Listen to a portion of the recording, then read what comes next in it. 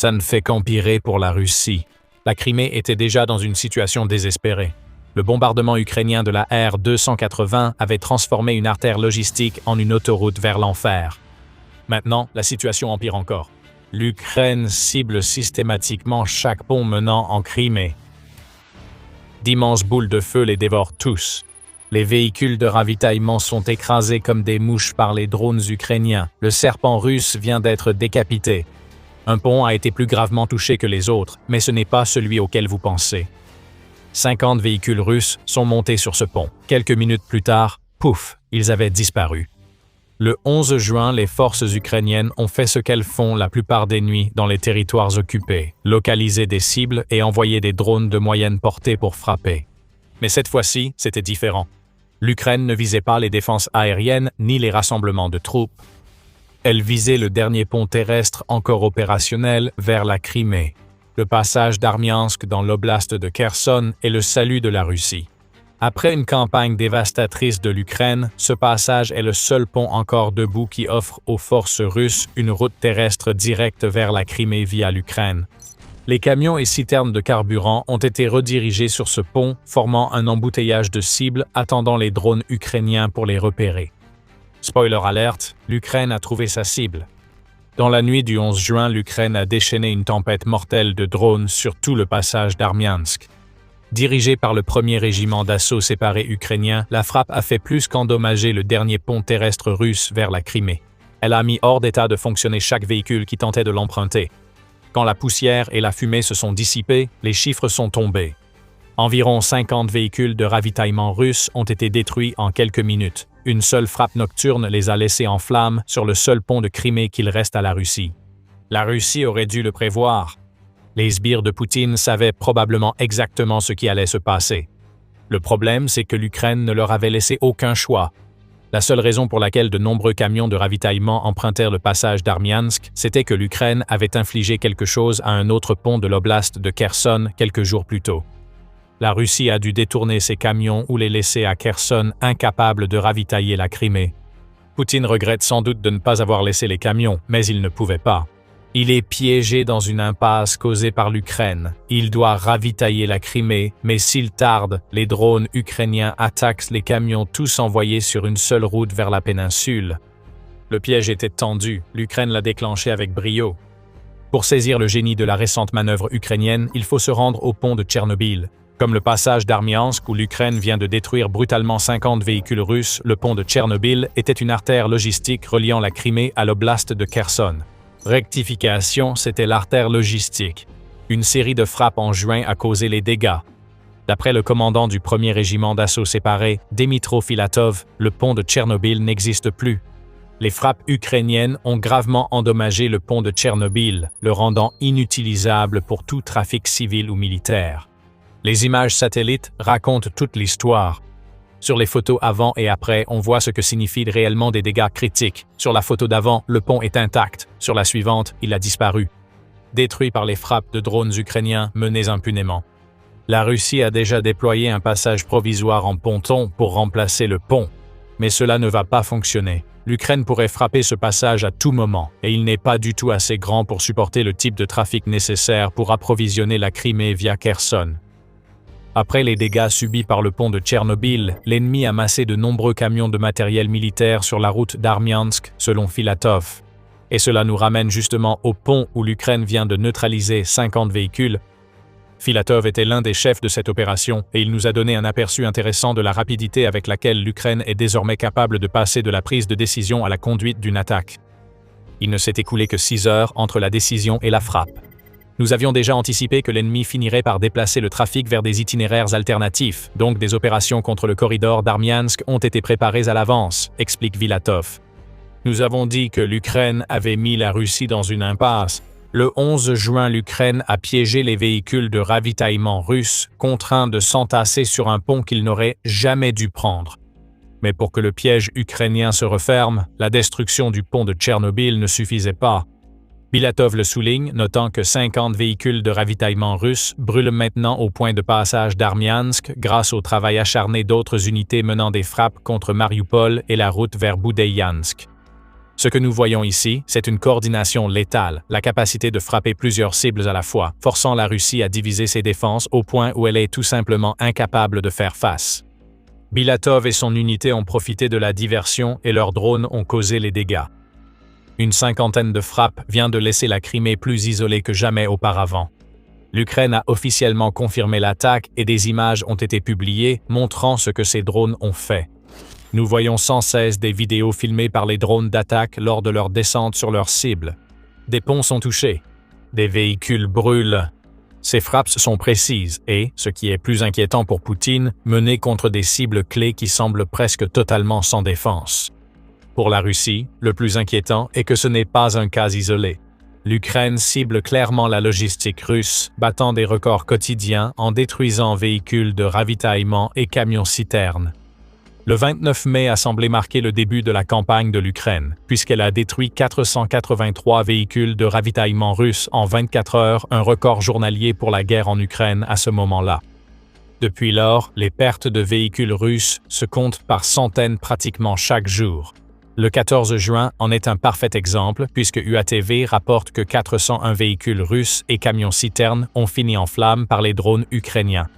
Il y a des boules de feu partout sur les routes terrestres menant à la Crimée, et elles ont un effet dévastateur sur les tentatives de Poutine de maintenir son emprise sur la péninsule qu'il a volée à l'Ukraine en 2014. 50 véhicules détruits sur une route, c'est marquant, mais ce n'est qu'un épisode d'une campagne de plusieurs semaines qui a neutralisé des milliers de véhicules russes. Nous avons vu à Armiansk la Russie payer le prix d'avoir dû rediriger son trafic logistique. Mais ce n'est pas toute l'histoire. Le vrai problème pour Poutine, c'est ceci. L'Ukraine n'a pas seulement détruit le pont de Tchernobyl, ce qui a forcé à utiliser d'abord le passage d'Armiansk. 4 des ponts terrestres de la Russie vers la Crimée ont été détruits, et tout cela s'est produit en une seule nuit. Le pire pour Poutine, c'est que ce n'est même pas l'Ukraine qui s'en vante. Quelque part caché à Kherson se trouve Vladimir Saldo, le chef du gouvernement fantoche que la Russie a installé dans les régions occupées de l'oblast. Terrifié par les actions à venir de l'Ukraine, il s'est tourné vers Telegram pour révéler l'ampleur des frappes ukrainiennes sur les artères logistiques russes. La nuit dernière, l'ennemi a attaqué des ponts au-dessus du canal de Crimée du Nord près de Pribridjenka et Mirno, un pont routier sur l'autoroute Perakop-Amiensk et un pont près du village de Stavki, a déclaré Saldo sur la plateforme de médias sociaux, révélant l'ampleur totale de l'opération ukrainienne. Il a sombré dans l'absurdité russe en minimisant la réussite ukrainienne. Il affirme qu'il y a quelques dégâts. Saldo, 50 véhicules incendiés, le pont de Tchernobyl complètement détruit et l'impossibilité pour les camions russes d'accéder à la Crimée sans être visés par les drones ukrainiens, cela dépasse de simples dégâts. Le gouverneur fantoche de Kherson a aussi déclaré que la défense aérienne russe avait détruit 45 drones ukrainiens lors de l'attaque du 11 juin. Aucune mention du nombre de drones non interceptés. Peut-être que tous les débris des drones ukrainiens ont détruit des véhicules et points de passage dans la nuit du 11 juin. Cela pourrait-il être pire pour Poutine? Si vous connaissez l'Ukraine, vous savez déjà la réponse. Avant l'offensive du 11 juin, l'Ukraine a passé 4 jours à couper toutes les routes du Nord utilisées par la Russie pour accéder à la Crimée. Il y a les frappes contre le pont de Tchernobyl, que nous avons mentionné plus tôt. Cependant, l'Ukraine a également frappé la voie terrestre reliant Henichesk et la flèche d'Arabat, qui a été mise hors service le 10 juin. La Russie a donc dû détourner le trafic vers Armiansk et un autre passage à Perakop. Les deux ont été frappés le 11 juin, la Russie manque de temps. Petit à petit, l'Ukraine s'attaque à la tête du serpent criméen. La tête ne tient plus qu'à un fil et l'Ukraine frappera sûrement toutes les routes que la Russie utilise via Kherson vers la péninsule jusqu'à leur inutilisation. Bientôt, l'armée russe ne pourra plus détourner ses véhicules de ravitaillement. Ils seront immobilisés tandis que la campagne impitoyable et parfaitement coordonnée de l'Ukraine isole la Crimée. Mais avant d'approfondir ce qui se passe sur la péninsule de Crimée, ceci est un petit rappel. Vous regardez The Military Show. Si ce n'est pas déjà fait, pensez à vous abonner à la chaîne pour ne manquer aucune de nos vidéos. Chaque frappe menée par l'Ukraine, qu'il s'agisse de ponts ou de véhicules tentant de les traverser, a un objectif précis. L'Ukraine est en train de couper les artères logistiques qui alimentent la péninsule de Crimée. Tout a commencé avec la route R280 que l'Ukraine a transformée fin mai et juin en autoroute vers l'enfer pour les forces russes. Partant de Rostov-sur-le-Don en Russie, traversant Mélitopol et Mariupol occupés jusqu'à la Crimée, cet itinéraire est désormais en grande partie fermé à la circulation civile. Le trafic de marchandises et militaires sur ces routes ne va pas très fort. À son apogée, environ 3800 véhicules de fret circulaient chaque jour sur la RR 280, ce qui vous donne une idée de l'ampleur de l'opération logistique menée par la Russie. Désormais, selon le commandant des forces ukrainiennes de système sans pilote, Robert Brovdi, le trafic sur ce tronçon clé de l'autoroute a chuté de façon spectaculaire de 71%.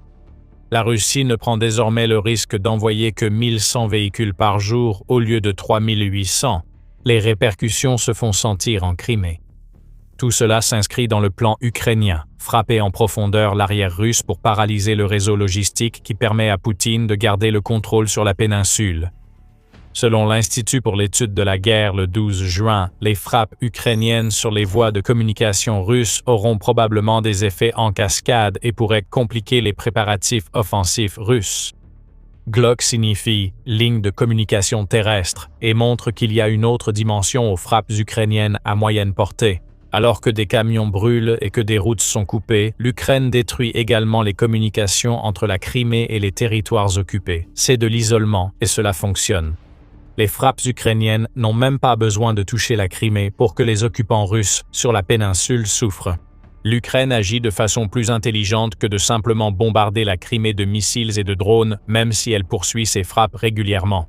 Nous l'avons vu lors de la nuit des frappes contre 50 véhicules russes et 4 routes terrestres, lorsque le gouverneur fantoche de la ville portuaire criméenne de Sébastopol, Mikhail Razvozaïev, a affirmé que les défenses aériennes du port avaient abattu 32 drones entre 22h et minuit le 11 juin.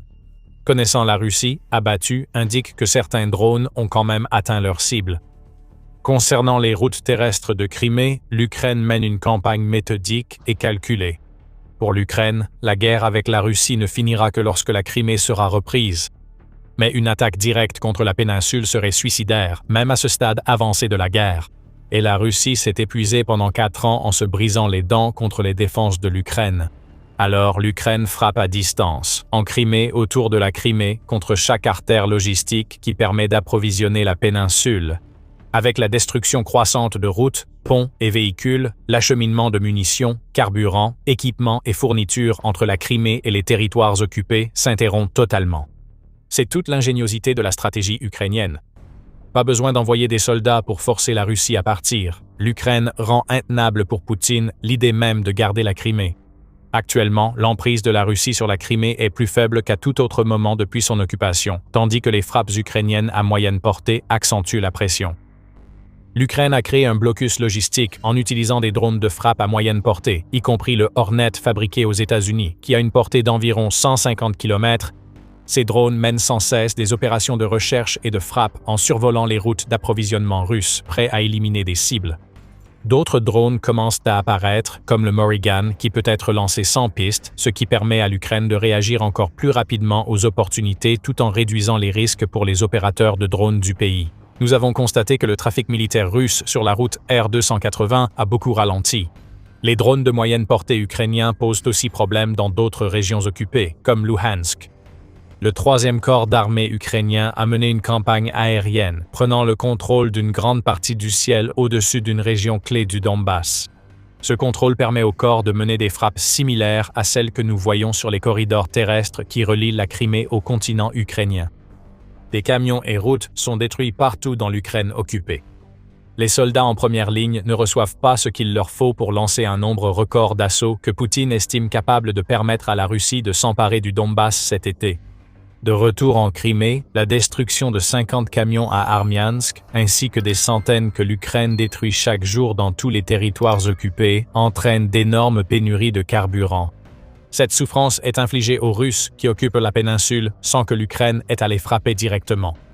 Dans un rapport du 11 juin publié quelques heures seulement avant que l'Ukraine ne détruise des véhicules à Armiansk, Reuters a indiqué que les stations-service de toute la Crimée étaient à sec, conséquence directe de la campagne de blocus logistique de l'Ukraine contre les camions-citernes russes. Le média rapporte que des témoins à Sébastopol indiquent que les stations-service ne rationnent plus le carburant, elles sont désormais à sec, la dernière ouverte étant à Yevpatoria. Il ne faudra pas longtemps avant que cette station-service soit elle aussi à sec. Quand cela arrivera, les civils de Crimée ne pourront plus travailler ni se déplacer, bouleversant la vie quotidienne sur la péninsule. La situation en Crimée est connue depuis plusieurs semaines, mais à mesure que l'Ukraine frappe la logistique russe, les pénuries de carburant s'étendent. Selon le Kyiv Post, des pénuries de carburant sont désormais signalées dans une douzaine de régions russes. Moscou affirme qu'il n'y a pas de problème systémique. Mais il y en a un. L'Ukraine cible les réserves de carburant russes en détruisant des camions dans les territoires occupés. La crise du carburant en Russie s'aggrave, a rapporté la BBC le 8 juin, et les habitants de Crimée commencent à faire ce que Vladimir Poutine ne veut surtout pas qu'ils fassent, parler des dégâts causés par l'Ukraine. Je vais désormais au travail à pied, c'est moins pratique que la voiture, mais ce n'est pas grave. Tout ce qu'il me reste à faire maintenant, c'est d'acheter un cheval, rapporte la BBC, selon un habitant de la ville de Simferopol, avec une pointe d'ironie. Félicitations Poutine, vous réduisez votre peuple à rêver de moyens de transport médiévaux. Même l'une des principales sources de revenus de la Crimée n'attire pas autant qu'elle le devrait. Le tourisme vers la péninsule décline, principalement parce que les voyageurs ignorent s'ils pourront se déplacer en Crimée une fois sur place. Dans un rapport du 11 juin, la Novaya Gazeta a révélé que pour 2 réservations de voyage en Crimée, il y a 10 annulations. Les réservations d'hôtels ont diminué d'un tiers, tandis que les annulations ont augmenté de 79%. Les voitures, les bus et les trains qui transportent chaque année des gens vers la Crimée ne sont plus fiables, si bien que les touristes russes abandonnent la péninsule en masse. Pourquoi est-ce important? Pour la Russie, le tourisme estival en Crimée est central dans le récit que Vladimir Poutine souhaite créer autour de la péninsule. Quand des civils affluent en Crimée pour profiter du littoral et du climat, la Russie prétend que la situation s'est normalisée et qu'elle contrôle suffisamment la région pour que sa population s'y sente en sécurité, même après plus de 4 ans de guerre avec l'Ukraine. La machine de propagande s'active et l'illusion est créée. À mesure que les touristes abandonnent leurs projets de vacances en Crimée, l'illusion s'effondre. Sur le plan tactique, les frappes de l'Ukraine visent à priver la Russie de son contrôle sur la Crimée en isolant la péninsule. Mais ces victoires de propagande transmettent vraiment le message. La mainmise de Poutine sur la péninsule annexée illégalement en 2014 s'effrite lentement mais sûrement. On constate la perte de contrôle à la télévision d'État russe. Selon le Kyiv Post, les propagandistes pro-Kremlin à la télévision d'État russe se sentent désormais obligés d'aborder la situation en Crimée.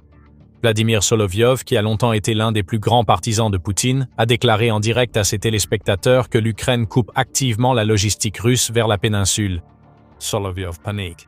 Il pense qu'un débarquement amphibie de grande envergure pourrait avoir lieu en Crimée, ce qui pourrait infliger un choc dévastateur à l'ensemble du système russe. Peu importe que ce débarquement ait lieu ou non. Ce qui importe, c'est la panique qui empoisonne la propagande. Poutine doit désormais reconnaître que la péninsule qu'il exhibait depuis si longtemps comme un trophée est devenue un nœud coulant pour lui. À chaque destruction de pont ou attaque de convoi vers la Crimée par l'Ukraine, le nœud coulant se resserre. Maintenant, Poutine fait face à un choix impossible. Garde-t-il la tête dans le nœud coulant et s'étouffe, comme les lignes d'approvisionnement de la Crimée occupée, ou la retire-t-il et abandonne-t-il la péninsule? Poutine doit décider rapidement. L'Ukraine ne va pas arrêter ses frappes à moyenne portée alors qu'elle poursuit sa stratégie d'isoler la Crimée pour forcer un retrait russe. Il y a une chose dont nous sommes sûrs, 1,5 million d'occupants en Crimée regrettent leur décision en ce moment. L'Ukraine se dirige vers la victoire. Du moins, c'est l'avis d'un nombre croissant de responsables occidentaux, d'analystes et de médias, et bien sûr, des responsables ukrainiens. Alors que la guerre en Ukraine entre dans son 5e été, de nombreux experts sont de plus en plus convaincus que l'Ukraine ne s'est pas seulement emparée de l'initiative, mais de la victoire elle-même. Comme le dit Patrick Tucker, rédacteur chargé des questions de science et de technologie pour le média de défense américain Defense One, l'Ukraine ne fait pas que survivre à sa guerre éprouvante avec la Russie. Elle prospère à certains égards et pourrait être sur la voie de la victoire. Mais est-ce exact? Les années précédentes, des vagues d'optimisme similaires sur les perspectives de l'Ukraine se sont avérées prématurées. Par exemple, lors de la contre-offensive de l'Ukraine dans l'oblast de Kharkiv en 2022, puis au début de sa contre-offensive de 2023 dans les oblasts de Zaporijia et de Kherson. Lors de son incursion dans la région de Koursk en Russie en 2024 et pendant la crise du carburant à l'intérieur de la Russie, provoquée par les frappes ukrainiennes sur les infrastructures énergétiques durant l'été 2025. Dans chacun de ces cas, l'avantage de l'Ukraine s'est avéré temporaire. Et dans le cas de la contre-offensive de 2023 et de l'incursion à Koursk, cela s'est finalement transformé en lourde défaite. Mais cette fois, cela pourrait être différent. L'Ukraine a récemment intensifié ses efforts et utilisé des moyens si avancés qu'il pourrait signaler à Vladimir Poutine que la guerre est terminée et pas en sa faveur. Nous parlons de quelque chose de absolument révolutionnaire. 5. Des robots de combat humanoïdes. Les drones ont désormais un impact majeur sur le champ de bataille. Les forces armées ukrainiennes ont nettement accru le nombre et la portée de leurs frappes de missiles et drones à l'intérieur de la Russie. Une vague de nouveaux systèmes d'armes avancés est entrée en jeu, et d'autres sont introduits en permanence, et les résultats semblent justifier la confiance dans les perspectives de l'Ukraine. L'Ukraine frappe chaque jour des infrastructures militaires, énergétiques et des routes logistiques russes essentielles. Sa nouvelle gamme de drones d'attaque à la moyenne portée, comme Hornet, a transformé l'autoroute clé de Novorossiya en une route de la mort. Cette autoroute est la principale artère, reliant la Crimée occupée au territoire russe, à travers les oblasts occupés de Kherson, Zaporijia, Donetsk et Louhansk. Les frappes ukrainiennes ont laissé des dizaines de véhicules militaires russes, de camions-citernes et d'autres véhicules calcinés le long de la route, ainsi que des stations-service, infrastructures ferroviaires et ponts. En conséquence, la Crimée traverse actuellement une grave crise du carburant. Les habitants sont limités à 20 litres de carburant par jour, avec d'énormes files d'attente alors que les Criméens peinent à se procurer le précieux liquide. Les autorités anticipent aussi l'effondrement total de la saison touristique estivale, source majeure de revenus pour la péninsule. Cela pourrait annoncer quelque chose de plus dramatique. Les spéculations russes et ukrainiennes s'intensifient, indiquant que ces événements ne sont pas qu'un revers économique et d'image pour la Russie. De plus en plus d'analystes estiment qu'il s'agit sans doute d'une préparation à une tentative ukrainienne de débarquer des troupes sur la péninsule pour tenter d'en prendre une partie ou la totalité. Dans le même temps, les drones et missiles ukrainiens à longue portée pénètrent indéniablement toujours plus profondément en Russie et frappent des cibles importantes avec une fréquence croissante. Les raffineries de pétrole et les installations de stockage, les principales installations de production militaro-industrielle, ainsi que des centres culturels emblématiques, sont tous pilonnés. La nature de plus en plus audacieuse de ces frappes a été illustrée de façon saisissante récemment à Saint-Pétersbourg, la deuxième ville la plus importante de Russie.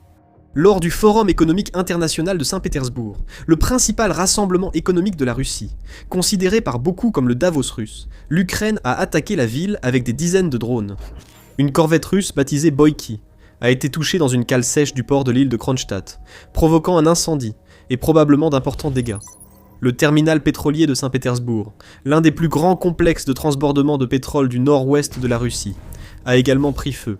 Les autorités russes affirment que des débris d'un drone ennemi abattu ont provoqué un important incendie, qui a coûté la vie à 2 pompiers. Des panaches de fumée visibles depuis le site de la conférence ont poussé certains observateurs ukrainiens et occidentaux à dire que les frappes l'avaient perturbé. Cependant, aucun signe de perturbation n'était visible lors de l'événement lui-même. Personne ne courait vers les abris, aucune panique, aucune session retardée, rien du tout. En fait, l'événement a attiré plus de 20 000 participants, venus de 130 pays, remettant en question les affirmations occidentales, selon lesquelles la guerre en Ukraine aurait isolé la Russie. La guerre a certes isolé la Russie de l'Occident, mais comme l'indique la récente visite très médiatisée de Vladimir Poutine en Chine et la liste des invités du SPIEF, cet isolement ne s'étend pas de manière significative aux 7/8 restants du monde. En effet, lors d'une séance plénière en présence de Vladimir Poutine, le ministre saoudien de l'énergie, Abdelaziz Ben Salman Al Saoud, a qualifié les relations entre les deux pays de « jusqu'à ce que la mort nous sépare ». Comme l'écrit Tucker, les infrastructures pétrolières au cœur du territoire russe ne sont plus sûres, donnant à Kiev un levier sur les revenus d'exportation de Moscou. Et à la mi-mai 2026, l'armée ukrainienne a frappé les raffineries de pétrole russes à 158 reprises au total, dont 24 des 33 raffineries russes capables de traiter plus d'1 million de tonnes de pétrole par an. Au moins 35 de ces frappes ont eu lieu en 2026, ce qui souligne la fréquence et la puissance croissante de ces attaques. D'après Reuters, presque toutes les grandes raffineries du centre de la Russie ont dû stopper ou réduire leur production de carburant, soit environ un quart de la production nationale. Malheureusement pour l'Ukraine, cela n'a pas causé autant de dégâts qu'espéré, du moins pas encore. Malgré l'arrêt temporaire ou peut-être définitif des raffineries de Tuapse, Perm, Kourichi, Ryazan et Saratov, les revenus d'exportation de pétrole de la Russie ont en réalité augmenté. En mai 2026, Le volume des livraisons maritimes de pétrole brut en provenance de Russie a atteint en moyenne 3,46 millions de barils par jour, soit une augmentation annuelle de 120 000 barils par rapport à 2025. Et cela à un moment où les prix du pétrole ont explosé. La Russie a été l'un des principaux bénéficiaires des attaques non provoquées menées par les États-Unis et Israël contre l'Iran, qui a réagi en fermant le détroit d'Ormuz et en attaquant les infrastructures énergétiques des États du Golfe abritant des bases américaines. La crise a fortement réduit l'offre de pétrole et de gaz, provoquant une envolée des prix et poussant les États-Unis à accorder des dérogations temporaires aux sanctions sur le pétrole russe. Au SPIEF, Vladimir Poutine a également souligné que les revenus pétroliers n'étaient plus le moteur de l'économie russe, comme ils l'étaient autrefois. Depuis 2022, la part des revenus du pétrole et du gaz est passée d'environ 40% à 23%. Bien sûr, c'est significatif, mais il serait erroné de dire que c'est d'une importance capitale pour nous, a-t-il déclaré. C'est aussi un fait gênant que l'Ukraine a encore beaucoup de chemin à parcourir avant de causer ne serait-ce qu'un niveau de dégâts comparable aux raffineries de pétrole russes que la Russie en a infligé à l'Ukraine. Et l'Ukraine avait autrefois une industrie de raffinage du pétrole prospère, qui couvrait jusqu'à la moitié de ses besoins en essence. Ce n'est plus le cas aujourd'hui. Le président du comité antimonopole d'Ukraine, Pavel Kirilenko, a déclaré au Parlement en mars que la raffinerie de pétrole de Kremenchuk avait complètement cessé ses activités à la suite des frappes de missiles et de drones russes. Le ministre de l'Énergie, Denis Shmyhal, a ajouté que la raffinerie avait été touchée par 69 missiles et environ 260 drones. La raffinerie était la plus grande encore en activité en Ukraine. Les autres grandes raffineries d'Ukraine à Lichev, Kherson et Drogobych avaient auparavant été détruites ou occupées. Par conséquent, l'Ukraine dépend désormais entièrement des importations pour son approvisionnement en carburant, s'approvisionnant principalement en essence et en diesel auprès de la Pologne, de la Lituanie, de la Roumanie et de la Grèce. Cependant, les analystes comme Tucker pensaient que la guerre a basculé en faveur de l'Ukraine, et pas seulement à cause des dégâts infligés à l'industrie pétrolière et aux revenus russes. Ils affirment également que l'Ukraine a repris l'initiative sur le champ de bataille, grâce en grande partie à ce que Tucker appelle l'accent intense qu'elle met sur l'IA et la robotique. L'Ukraine a développé des drones et des robots terrestres capables de tenir un territoire et même de le reprendre. Les robots terrestres ukrainiens réalisent désormais 80% des tâches logistiques en première ligne, comme acheminer des explosifs dans les positions ennemies ou évacuer les blessés, et sont aussi de plus en plus employés dans les combats directs. À l'été 2025, un seul robot télécommandé, TW-12,7 équipé d'une mitrailleuse, aurait tenu sa position pendant 45 jours. Selon un porte-parole du 3e corps d'armée, le robot et son opérateur, situés à environ 10 km de là, ont perturbé chaque tentative de percée et empêché toute infiltration ennemie sans aucune perte du côté ukrainien. Mais tout cela passe à un niveau supérieur, voire 2 ou 3, avec les robots de combat humanoïdes. 2 robots humanoïdes, Phantom MK1, auraient été transférés en Ukraine pour des essais en février 2026.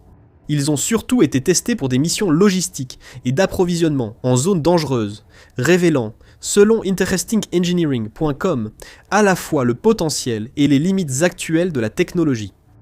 L'essai aurait démontré avec succès le potentiel de la plateforme pour des rôles de soutien en première ligne.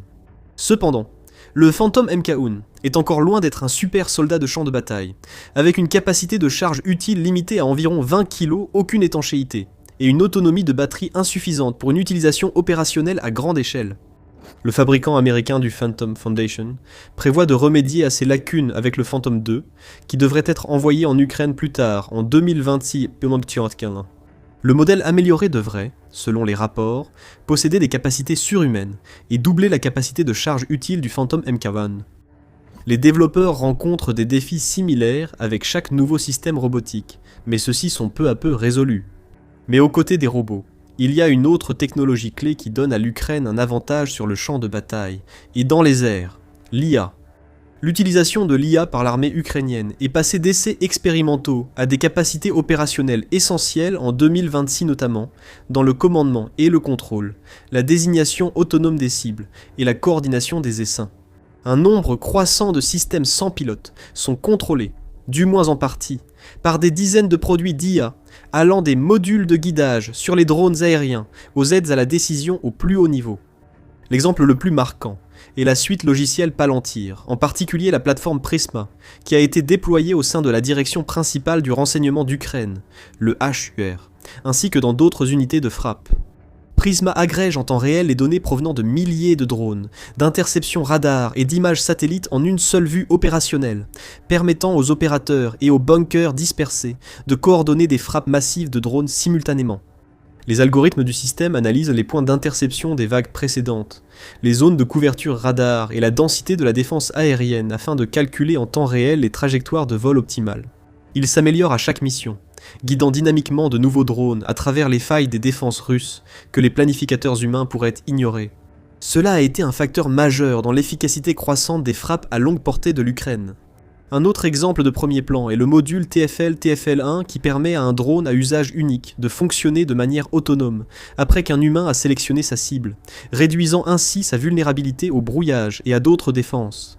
Son fabricant, l'entreprise ukrainienne The Fourth Law, affirme que le TFL-TFL1 rend un drone 4 fois plus susceptible d'atteindre sa cible. L'Ukraine et ses partenaires avançaient également à grands pas sur de nouveaux concepts de défense hautement autonomes contre les drones russes, combinant des capteurs ISR et l'IA pour détecter et identifier les drones ennemis plus rapidement et avec plus de certitude. Selon David Aloyan, secrétaire adjoint du Conseil national de sécurité et de défense de l'Ukraine, tous les systèmes sont interconnectés et à des opérateurs humains afin de créer un réseau distribué, avec des drones intercepteurs à divers endroits qui peuvent être activés en cas de besoin. Un jour, il n'y aura plus qu'une dizaine de gars qui seront simplement responsables d'approuver les interceptions, et cela ira automatiquement directement vers la cible. Les opérateurs humains seront également dispersés. Tout pourra être contrôlé depuis Kiev, Lviv ou depuis des villes d'autres pays, a-t-il déclaré. Ici, à l'émission militaire, nous ne faisons pas que régurgiter des gros titres et des histoires éculées. Nous vous donnons les détails dont vous avez besoin pour comprendre exactement ce qui se passe et pourquoi c'est important. Alors abonnez-vous à la chaîne pour ne rien manquer. Aujourd'hui, la volonté et la capacité de l'Ukraine à reconstruire sa doctrine, ses systèmes d'acquisition et de réapprovisionnement autour de la guerre autonome ne lui ont pas seulement donné un avantage sur la machine militaire russe, plus lente. Cela répond également à l'un des deux problèmes les plus critiques auxquels l'Ukraine est confrontée. Une pénurie de plus en plus critique d'effectifs sur les lignes de front. On estime que la Russie dispose d'un avantage de 1,5 contre 1 à 5 contre 1 selon le secteur des lignes de front. De plus, la Russie est toujours capable d'attirer des centaines de milliers de recrues, grâce à des salaires élevés et d'autres avantages. En revanche, l'Ukraine a été contrainte de mettre en place un programme brutal de conscription forcée, surnommé la busification, pour tenter de remplacer ses pertes. Des centaines de vidéos montrant des hommes violemment embarqués dans des bus par le TCC. Les officiers de conscription ukrainiens, pour être envoyés au front, continuent d'apparaître. Des images terribles publiées par le médiateur ukrainien Dmytro Loubinet montrent ces hommes menottés à des lits dans les cages d'escalier dans les centres de recrutement, pour empêcher toute tentative de fuite. Selon Loubinet, le nombre de plaintes adressées aux médiateurs concernant les violations des droits des citoyens lors de la mobilisation a été multiplié par 333 par rapport à 2022. Cela devient un problème de plus en plus grave entre le gouvernement et la population. Loubinet affirme que ceux qui peuvent payer pour s'en sortir sont relâchés, tandis que les autres sont mobilisés sans discernement. De plus en plus de vidéos montrent la population résistant, attaquant et chassant les agents du TCC et les policiers, lors des tentatives d'enrôlement forcé. En même temps, environ 95 000 Ukrainiens en âge de servir ont rejoint l'Allemagne depuis le début de 2025, soit 60% du nombre total de citoyens ukrainiens cherchant refuge sur le sol allemand. Pour aggraver les choses, en janvier, le nouveau ministre de la Défense d'Ukraine, Mikhailo Fedorov, a révélé qu'environ 2 millions d'Ukrainiens évitent la conscription, tandis qu'environ 200 000 soldats ukrainiens ont déserté leur poste sans autorisation. L'Ukraine subit une pression croissante de la part de ses soutiens pour abaisser l'âge de la conscription de 25 à 18 ans. L'Ukraine a jusqu'à présent refusé, affirmant à juste titre que cela risquerait de transformer ce que le professeur américain de relations internationales John Mearsheimer a qualifié de spirale démographique mortelle en une mort démographique.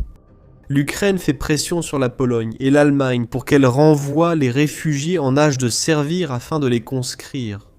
L'Institute for the Study of War, ou ISWE, écrit que avec les campagnes efficaces de frappe de drones ukrainiens à moyenne portée et sur la ligne de front, Poutine doit convaincre une population russe lassée de soutenir une 5e année de guerre et d'accepter une mobilisation forcée pour un conflit qui a déjà coûté à la Russie plus d'1 million de pertes.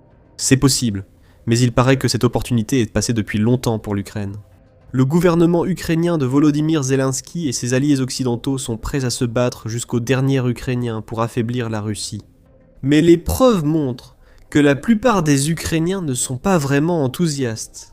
Aujourd'hui, malgré tous ces progrès en matière de technologie robotique et sans pilote, et malgré ses nombreux succès à infliger de graves dommages à la logistique et à l'économie russe, cette pénurie de main-d'œuvre commence à se faire sentir sur les lignes de front. Des sources occidentales comme l'ISW affirment depuis des mois que, malgré ce désavantage, l'Ukraine a pris l'initiative sur le champ de bataille et a conquis plus de territoire que la Russie, ou du moins a limité ses avancées à seulement quelques kilomètres. Ils affirment que les gains mensuels moyens de la Russie au cours des 12 derniers mois n'étaient que de 280 km². Mais un examen attentif des principaux champs de bataille raconte une autre histoire, surtout là où cela compte vraiment. Dans le Donbass, les combats autour de Lyman se sont intensifiés une fois de plus, les deux camps se battant pour prendre l'avantage le long d'une section critique du front. Mais plus important encore, selon un nombre croissant de sources militaires ukrainiennes, certaines parties de la ceinture défensive fortement fortifiée dans l'oblast de Donetsk subissent une pression croissante. Et il n'est pas clair comment l'Ukraine va exactement endiguer la vague. La ville stratégique de Konstantinivka a été contournée, les forces russes contrôlant désormais plus ou moins toute la ville, à l'exception de ses parties nord. On estime qu'environ 12 000 soldats ukrainiens sont encerclés, tandis que beaucoup d'autres se replient vers la prochaine ville de la ceinture, Roujkovka. Comme le dit l'expert militaire ukrainien Konstantin Machovets, quant aux perspectives tactiques futures pour la défense de Konstantinivka, elles semblent, pour le moins, très défavorables aux forces armées ukrainiennes. Kramatorsk et Sloviansk, les deux autres villes de cette ceinture, sont désormais bien à portée des drones FPV russes et de l'artillerie de moyenne portée, avec les lignes logistiques vers et depuis les villes sous pression constante. Les autorités ukrainiennes ont récemment ordonné l'évacuation de grandes parties des deux villes, ainsi que des localités voisines de Belankier, Malotaranovka et Privolguié, soulignant ainsi la détérioration de la situation. Si cette ceinture de forteresses tombe, il y aura très peu de fortifications lourdes pour empêcher les Russes de capturer le reste de l'oblast de Donetsk et d'avancer davantage. C'est pourquoi Zelensky a été si catégorique, en affirmant qu'il ne cédera pas aux exigences russes, selon lesquelles la paix n'est possible que si les forces ukrainiennes quittent le Donbass.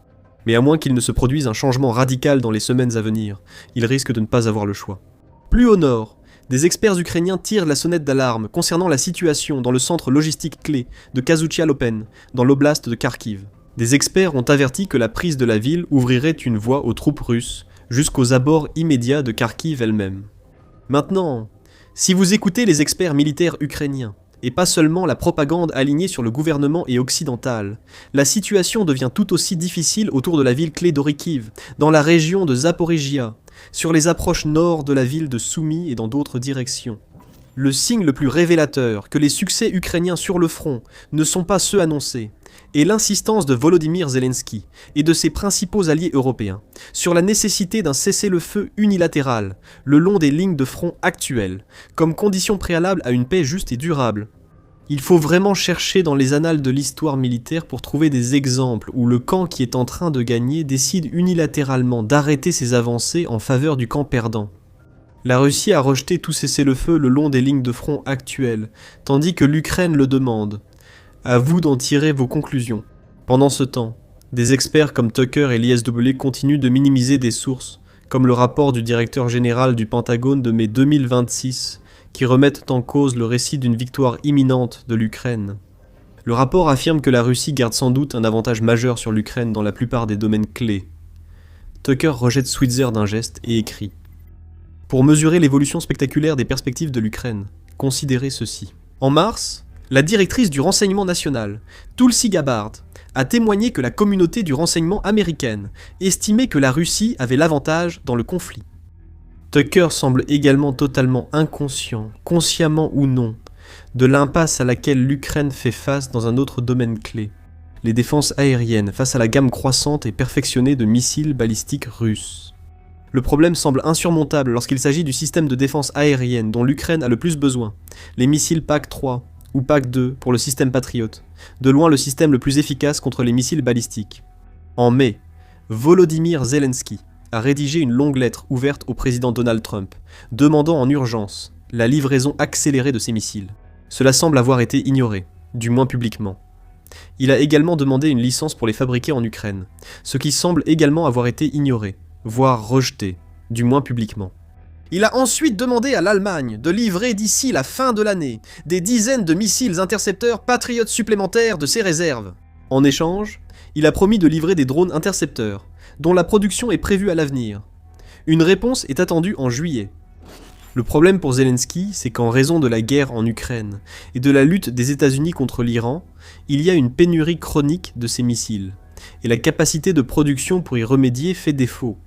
On estime que la Russie produit jusqu'à 113 missiles balistiques, aérobalistiques et hypersoniques par mois. Pendant ce temps, bien qu'elle ait annoncé des plans pour augmenter drastiquement la production dans les années à venir, Lockheed Martin ne fabrique qu'environ 52 missiles intercepteurs PAC-3 MSC par mois. Donc, même si chacun d'entre eux était livré à l'Ukraine, cela ne serait toujours pas suffisant, et l'Ukraine en a certainement besoin. À la suite de la frappe cynique de l'Ukraine sur un collège de formation d'enseignants qui a tué 21 adolescentes et blessé des dizaines d'autres, la Russie a intensifié régulièrement ses propres frappes de drones et de missiles à travers l'Ukraine. Les cibles incluent désormais centres logistiques, stations-service, camions et entrepôts, même ceux contenant nourriture et fournitures médicales. Le 10 juin par exemple, le maire de Kharkiv, Igor Terikov, a signalé plus de 20 frappes avec des drones de type Geran dans les limites de la ville, laissant derrière elles plusieurs incendies majeurs. Poutine a promis des frappes systématiques contre les centres de décision, mais il est clair qu'elles visent à provoquer un maximum de perturbations et de mécontentement au sein du gouvernement et de la population ukrainienne. Et c'est exactement ce que les frappes croissantes de l'Ukraine sur la Russie cherchent à accomplir, forcer Poutine à accepter une défaite humiliante. Mais il y a très peu de preuves que cela fonctionne. Poutine fait face à une pression interne croissante en Russie, mais pas pour accepter une paix défavorable. Au contraire, la grande majorité des Russes exigent de plus en plus bruyamment qu'ils ne prennent plus de gants, pour ainsi dire, et frappent l'Ukraine beaucoup plus durement. Alors qu'il commence à s'exécuter, Zelensky a répondu en intensifiant les frappes de longue portée de l'Ukraine à l'intérieur de la Russie. En retour, la Russie semble adopter une attitude de plus en plus insensible face aux victimes civiles ukrainiennes, qui augmente rapidement. Et Zelensky et l'Ukraine n'agissent pas de la même manière. Yulia Mendel, l'ancienne porte-parole controversée de Zelensky, qui a ensuite fui aux États-Unis et s'est retournée contre son ancien patron, a récemment résumé les risques. Si la bande de Zelensky n'accepte pas d'arrêter la guerre cet été, l'Ukraine fera face à des rivières de sang et à un hiver terrible. On nous dira à tous de tenir encore quelques mois. Encore une fois, ils diront que la Russie va bientôt s'effondrer. Ceux qui diffusent ces messages ne sont pas stupides, ils pensent juste que nous le sommes, a-t-elle déclaré. Néanmoins, Zelensky, ses soutiens en Europe et la presse pro-régime continuent de croire qu'une défaite dévastatrice pour la Russie est imminente. Mais à quoi ressemble réellement une victoire ukrainienne ? Selon David Aloyan, déclarer la victoire exigera plus que la simple cessation des hostilités. Le pays envahisseur doit être bien plus affaibli pour ne pas pouvoir se réarmer comme après l'invasion de la Crimée en 2014, a-t-il affirmé. Actuellement, ils consacrent environ 30% de leur économie à l'industrie de la défense, ce qui est beaucoup trop, a-t-il ajouté. Il semble ignorer que l'Ukraine consacre déjà toutes ses recettes publiques à la guerre et dépend totalement de l'aide étrangère et des prêts pour payer salaires, pensions et autres dépenses. Sans parler du fait qu'en plus d'allouer tous les revenus de l'État à l'effort de guerre, un soutien supplémentaire de 90 milliards d'euros, soit environ 140 milliards de dollars de la part de l'Union européenne, est déjà jugé insuffisant. Et l'Union européenne n'a en réalité pas l'argent à prêter à l'Ukraine. Elle utilise les avoirs russes confisqués. Le résultat, c'est que l'aide humanitaire à l'Ukraine a chuté de façon spectaculaire alors que la population, qui souffre depuis longtemps, en a le plus besoin. Selon l'Institut de Kiel pour l'économie mondiale, les allocations européennes d'aide financière et humanitaire sont tombées à moins d'un cinquième du niveau mensuel moyen, observé en 2025 entre janvier et avril 2026. La pauvreté, le chômage et l'insécurité alimentaire augmentent, alors même que la population continue de diminuer et que l'inflation ne cesse de grimper. Aux côtés un nombre croissant de voix absentes des médias traditionnels, L'ex-ministre ukrainien des Affaires étrangères, Dmytro Kuleba, a aussi exprimé des doutes sur le récit d'un retournement ukrainien. Je ne veux pas être celui qui gâche l'ambiance en empêchant les autres de se réjouir. En novembre, nous reviendrons sur le récit de notre survie à l'hiver ou sur les phrases évoquant un tournant dans la guerre. L'Ukraine a tout renversé, et maintenant nous allons marcher sur le Kremlin. Tout cela, c'est n'importe quoi. Bon, je comprends que pour certains auditeurs, c'est bon pour leur morale. C'est une histoire très utile. Alors, qui se berce d'illusions ou ment carrément ? Est-ce que des gens comme Tucker, l'ISW et Zelensky ont raison ? L'Ukraine se dirige-t-elle rapidement vers une victoire décisive qui obligerait la Russie à accepter des conditions de paix humiliantes et entraînerait finalement un effondrement interne en Russie ? Ou bien Zelensky et ses partenaires de l'UE et du Royaume-Uni sont-ils en train de dévaster cyniquement le peuple et l'économie ukrainien, en poursuivant une chimère d'une quelconque victoire ukrainienne ? Plus pertinemment, où mènent toutes les escalades de Zelensky ? Tout le monde semble avoir oublié que la Russie est la plus grande puissance nucléaire du monde. Cette puissance vise à éviter une telle défaite. Les Européens sont-ils vraiment prêts à risquer des attaques nucléaires, ou une déclaration de guerre en bonne et due forme de la part de la Russie, impliquant la mobilisation de centaines de milliers de soldats supplémentaires ? La France ou le Royaume-Uni échangeraient-ils vraiment Londres ou Paris contre Dnipro, en lançant des frappes nucléaires de représailles, si la Russie procédait à quelques frappes nucléaires ? La guerre ne se limite pas aux armes. Le renseignement est aussi essentiel. Les armées ne peuvent agir à l'aveugle. Ils ont besoin d'informations précises et à jour pour planifier leurs prochaines actions, garder une longueur d'avance sur leurs adversaires et éviter d'être pris au dépourvu. Les conflits se gagnent ou se perdent selon la façon dont chaque camp collecte et utilise les données, ce que l'Ukraine comprend très bien. C'est la raison pour laquelle les forces de Kiev ont ciblé les moyens de collecte de renseignements de la Russie, y compris non seulement ses stations radars au sol, mais aussi ses avions de détection et de commandement aéroportés. Une frappe après l'autre, l'Ukraine détruit les capacités de surveillance aérienne russes, et il n'y a rien que le président russe, Vladimir Poutine, puisse faire pour l'arrêter. Au lieu de cela, il est contraint de regarder sa flotte d'avions de détection et de commandement aéroportés AEW et AEWNC être systématiquement anéantis. L'impact de cela ne peut pas être sous-estimé, car les systèmes AEW et AEWNC sont extrêmement importants dans la guerre moderne. Ils fonctionnent en fait comme des stations radars volantes, offrant une détection à longue portée sur 360 degrés des menaces ennemies dans les airs, en mer et au sol. Beaucoup détectent des cibles à des centaines de kilomètres, alertant les équipes au sol et leur laissant le temps de se préparer aux attaques, en effectuant des manœuvres d'évitement ou en préparant leur défense. Ces avions font aussi office de centre de commandement aérien, recueillant et partageant en temps réel les informations pour coordonner les chasseurs alliés, mener des frappes de missiles de précision et des bombardements, et gérer des espaces de bataille complexes. Ils sont essentiels, offrant des données en temps réel, et une vue d'ensemble du champ de bataille nécessaires à toute armée moderne. Et la Russie s'est fortement appuyée sur un avion en particulier pour répondre à ses besoins, en matière d'alerte avancée et de commandement aéroporté, le Beriev A-50. Développé comme successeur du Tupolev Tu-126, qui est entré en service dans les forces armées soviétiques dans les années 1960, le A-50 a effectué son premier vol en 1978 et est entré en service plusieurs années plus tard, en 1985. Sa conception était basée sur l'avion de transport Ilyushin Tu-76 et il possède des spécifications techniques impressionnantes, notamment un plafond de 40 000 pieds, une portée opérationnelle de plus de 4 000 miles et une endurance de vol d'environ 6 heures au total, bien que cela puisse être prolongé grâce au ravitaillement en vol. La caractéristique la plus marquante de l'appareil est son rotodome de 9 mètres de diamètre placé au-dessus du fuselage, abritant un vaste système radar de surveillance. Surnommé le champignon, ce radar permet à l'A-50 de balayer ses environs et de détecter des cibles aériennes à des distances allant jusqu'à 650 km, soit 400 miles, et des cibles au sol jusqu'à 300 km, soit 190 miles.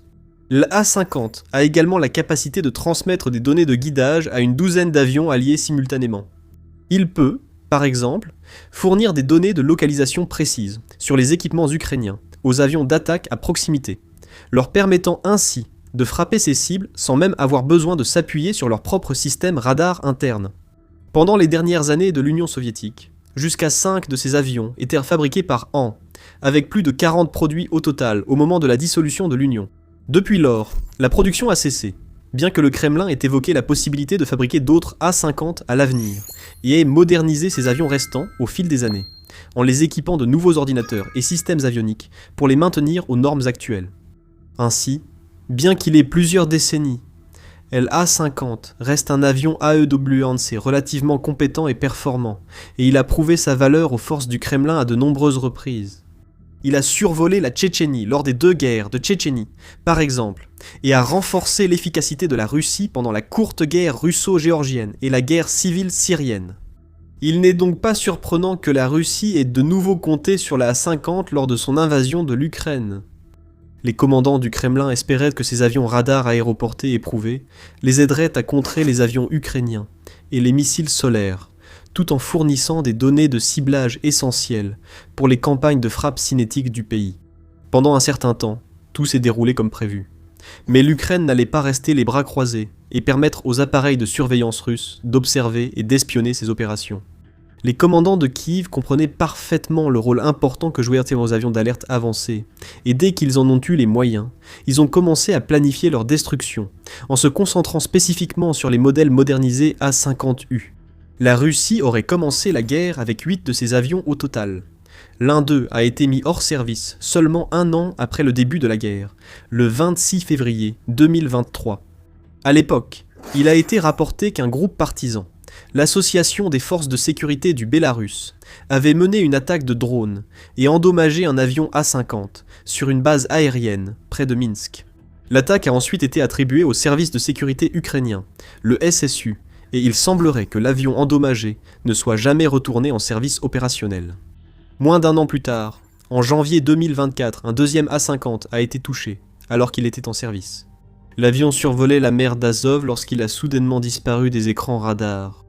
Peu après, des rapports ont fait état d'un avion russe Su-30 annonçant qu'un appareil non identifié avait pris feu et s'était écrasé lors d'un atterrissage d'urgence. Plus tard, il s'est avéré que c'était le résultat final d'une attaque ukrainienne soigneusement planifiée et parfaitement exécutée, commencée en réalité plusieurs semaines plus tôt. Selon les analystes, la force aérienne ukrainienne a délibérément ciblé et mis hors service les stations radars russes à travers la Crimée. En réponse, les Russes ont dû déplacer un A-50 dans la région, ce qui l'a mis à portée d'une batterie de missiles solaires ukrainienne. La batterie a alors tiré sur la A-50, l'envoyant au fond de la mer. En bref, les forces de Kiev avaient habilement tendu un piège dans lequel l'avion russe est tombé, et ils n'en sont pas restés là. Seulement 1 mois plus tard, le 23 février, des sources ukrainiennes ont rapporté l'élimination d'un autre A-50. Une fois de plus, cela se serait produit au-dessus de la mer d'Azov, non loin du kraï de Krasnodar, en Russie. Un système de missiles S-200 de l'époque soviétique à longue portée a tiré sur l'avion, causant suffisamment de dégâts pour le faire s'écraser et tuant 10 Russes à bord, dont plusieurs officiers de haut rang. L'Ukraine a maintenu la pression les semaines suivantes. Début mars 2024, elle a mené une attaque de drone sur un site de réparation d'A-50 connu, l'usine aéronautique de Taganrog. Des images satellites du site montrèrent des dégâts évidents sur l'un des hangars où sont stockés des A-50 et d'autres avions spécialisés. Aucun autre détail n'a émergé, mais il est tout à fait possible qu'un ou plusieurs avions aient été endommagés lors de l'attaque. En juin 2025, la flotte déjà réduite de A-50 a subi un nouveau coup dur lors de l'emblématique opération Toile d'araignée, l'une des plus grandes et des plus réussies attaques de drones ukrainiens sur le sol russe. À l'époque, la plupart des gros titres portèrent sur le fait que l'Ukraine aurait éliminé jusqu'à 1/3 de la flotte de bombardiers du Kremlin. Un détail plus petit mais néanmoins d'une importance vitale et largement passé inaperçu. En plus des bombardiers, les drones ukrainiens avaient également réussi à frapper non pas 1, mais 2 A-50 distincts lors de l'opération. De nombreux journalistes et experts militaires ont partagé la nouvelle, diffusant des images satellites et des vidéos pour prouver que 2 des avions avaient subi de sérieux dégâts, notamment au niveau de leur radome abritant le radar. L'éradication systématique des A-50 s'est poursuivie en novembre 2025 lorsque l'Ukraine a réussi une autre frappe énorme visant plusieurs sites militaires et industriels stratégiques russes. Il s'agissait d'une mission massive, menée par des unités des forces de missiles et d'artillerie, des forces d'opération spéciales, des unités côtières de missiles navals et des forces ukrainiennes des systèmes sans pilote. Ensemble, utilisant un mélange de drones missiles et de missiles de croisière Neptune, ces forces ont frappé à nouveau le site de réparation des A-50 de Taganrog. De multiples explosions et incendies ont été signalés sur le site, perturbant sans aucun doute les réparations, l'entretien ou les efforts de modernisation en cours sur les A-50 restants dans la région à ce moment-là.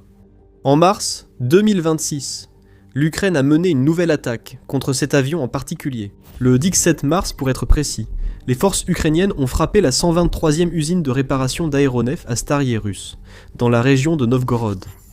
Tout comme l'installation de Taganrog, cet endroit est un élément important de l'infrastructure militaire où divers avions sont réparés, modernisés et entretenus.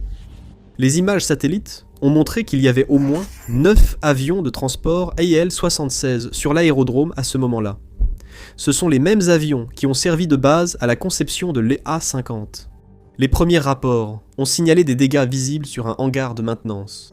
Et le 20 mars, l'état-major général des forces armées ukrainiennes a confirmé dans un message sur Telegram qu'un autre A-50 avait été touché lors de l'attaque. Les dégâts subis par l'avion de détection radar à longue portée A-50 ont été confirmés. Il se trouvait sur le territoire de l'entreprise pour des opérations de maintenance et attendait peut-être une modernisation. Avant d'analyser les impacts plus larges de ces attaques et leurs implications pour la Russie et l'Ukraine, abonnez-vous à l'émission militaire si vous souhaitez voir ce type d'analyse. Nous analysons cela ainsi chaque semaine. Les estimations varient quant au nombre exact de A-50 opérationnels qu'il reste à la Russie, mais même les évaluations les plus optimistes suggèrent qu'il ne reste que quelques-uns de ces avions. En effet, le propre centre russe d'analyse des stratégies et des technologies, le groupe de réflexion CAIAS, affirme qu'il n'y a pas plus de 4 A-50 disponibles à un moment donné. Ce n'est pas un grand nombre, et ce n'est pas suffisant pour que la Russie puisse assurer une couverture complète de son propre territoire, ou des régions d'Ukraine que ses forces continuent d'occuper. Chaque fois qu'un A-50 est détruit, ou même temporairement mis hors service, cela représente un sérieux revers pour les forces du Kremlin, car même si ces avions sont relativement anciens, ils sont d'une importance exceptionnelle. Ces avions ont fourni aux forces russes d'innombrables renseignements utiles au cours du conflit jusqu'à présent.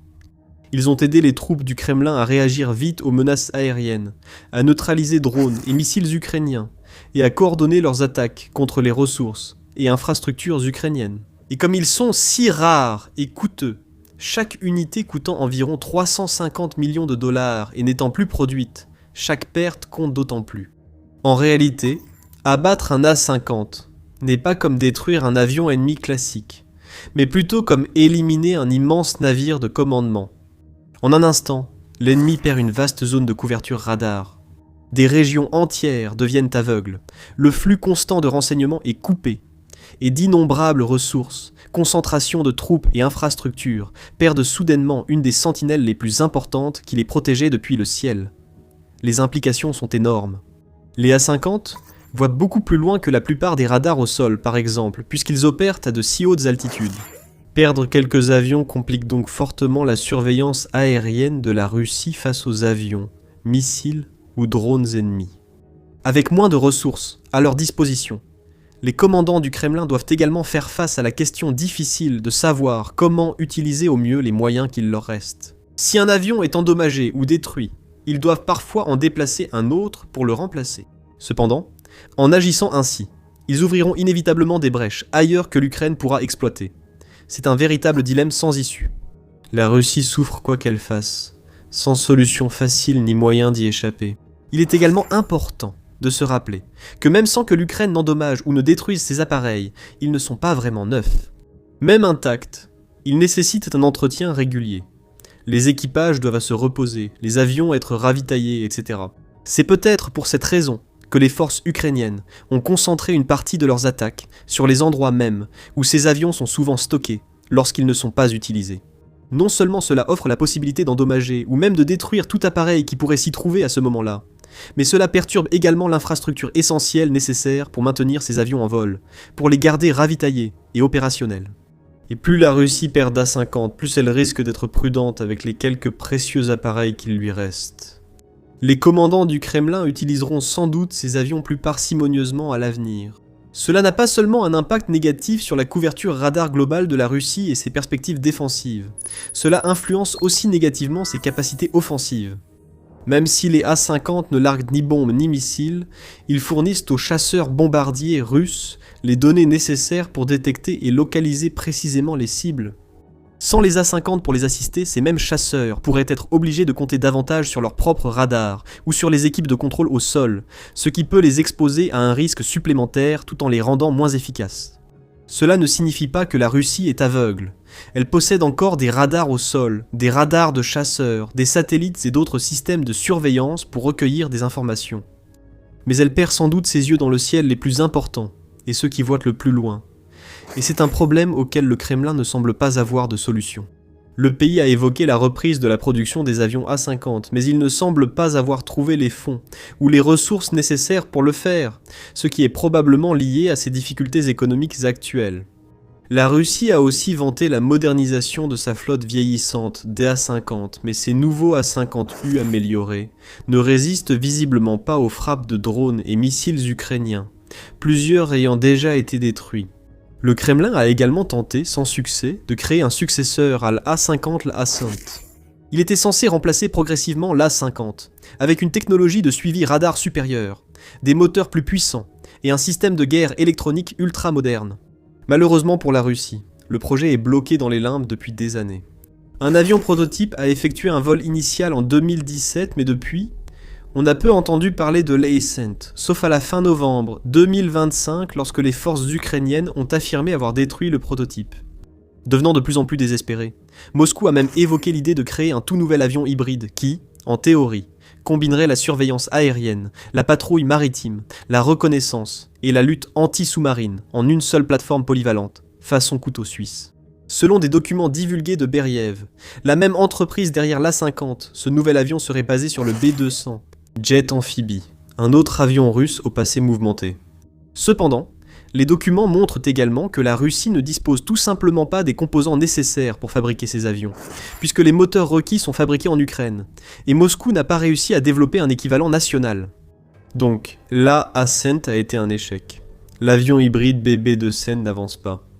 Et cela laisse la Russie avec seulement quelques AA-50 de l'époque soviétique sur lesquels compter pour tous ses besoins d'alerte avancée aéroportée et de contrôle. L'Ukraine, quant à elle, se retrouve dans une position de plus en plus avantageuse chaque fois qu'elle élimine ou endommage un AA-50. Elle ne fait pas que rendre son ennemi plus faible, elle ouvre activement des brèches à exploiter.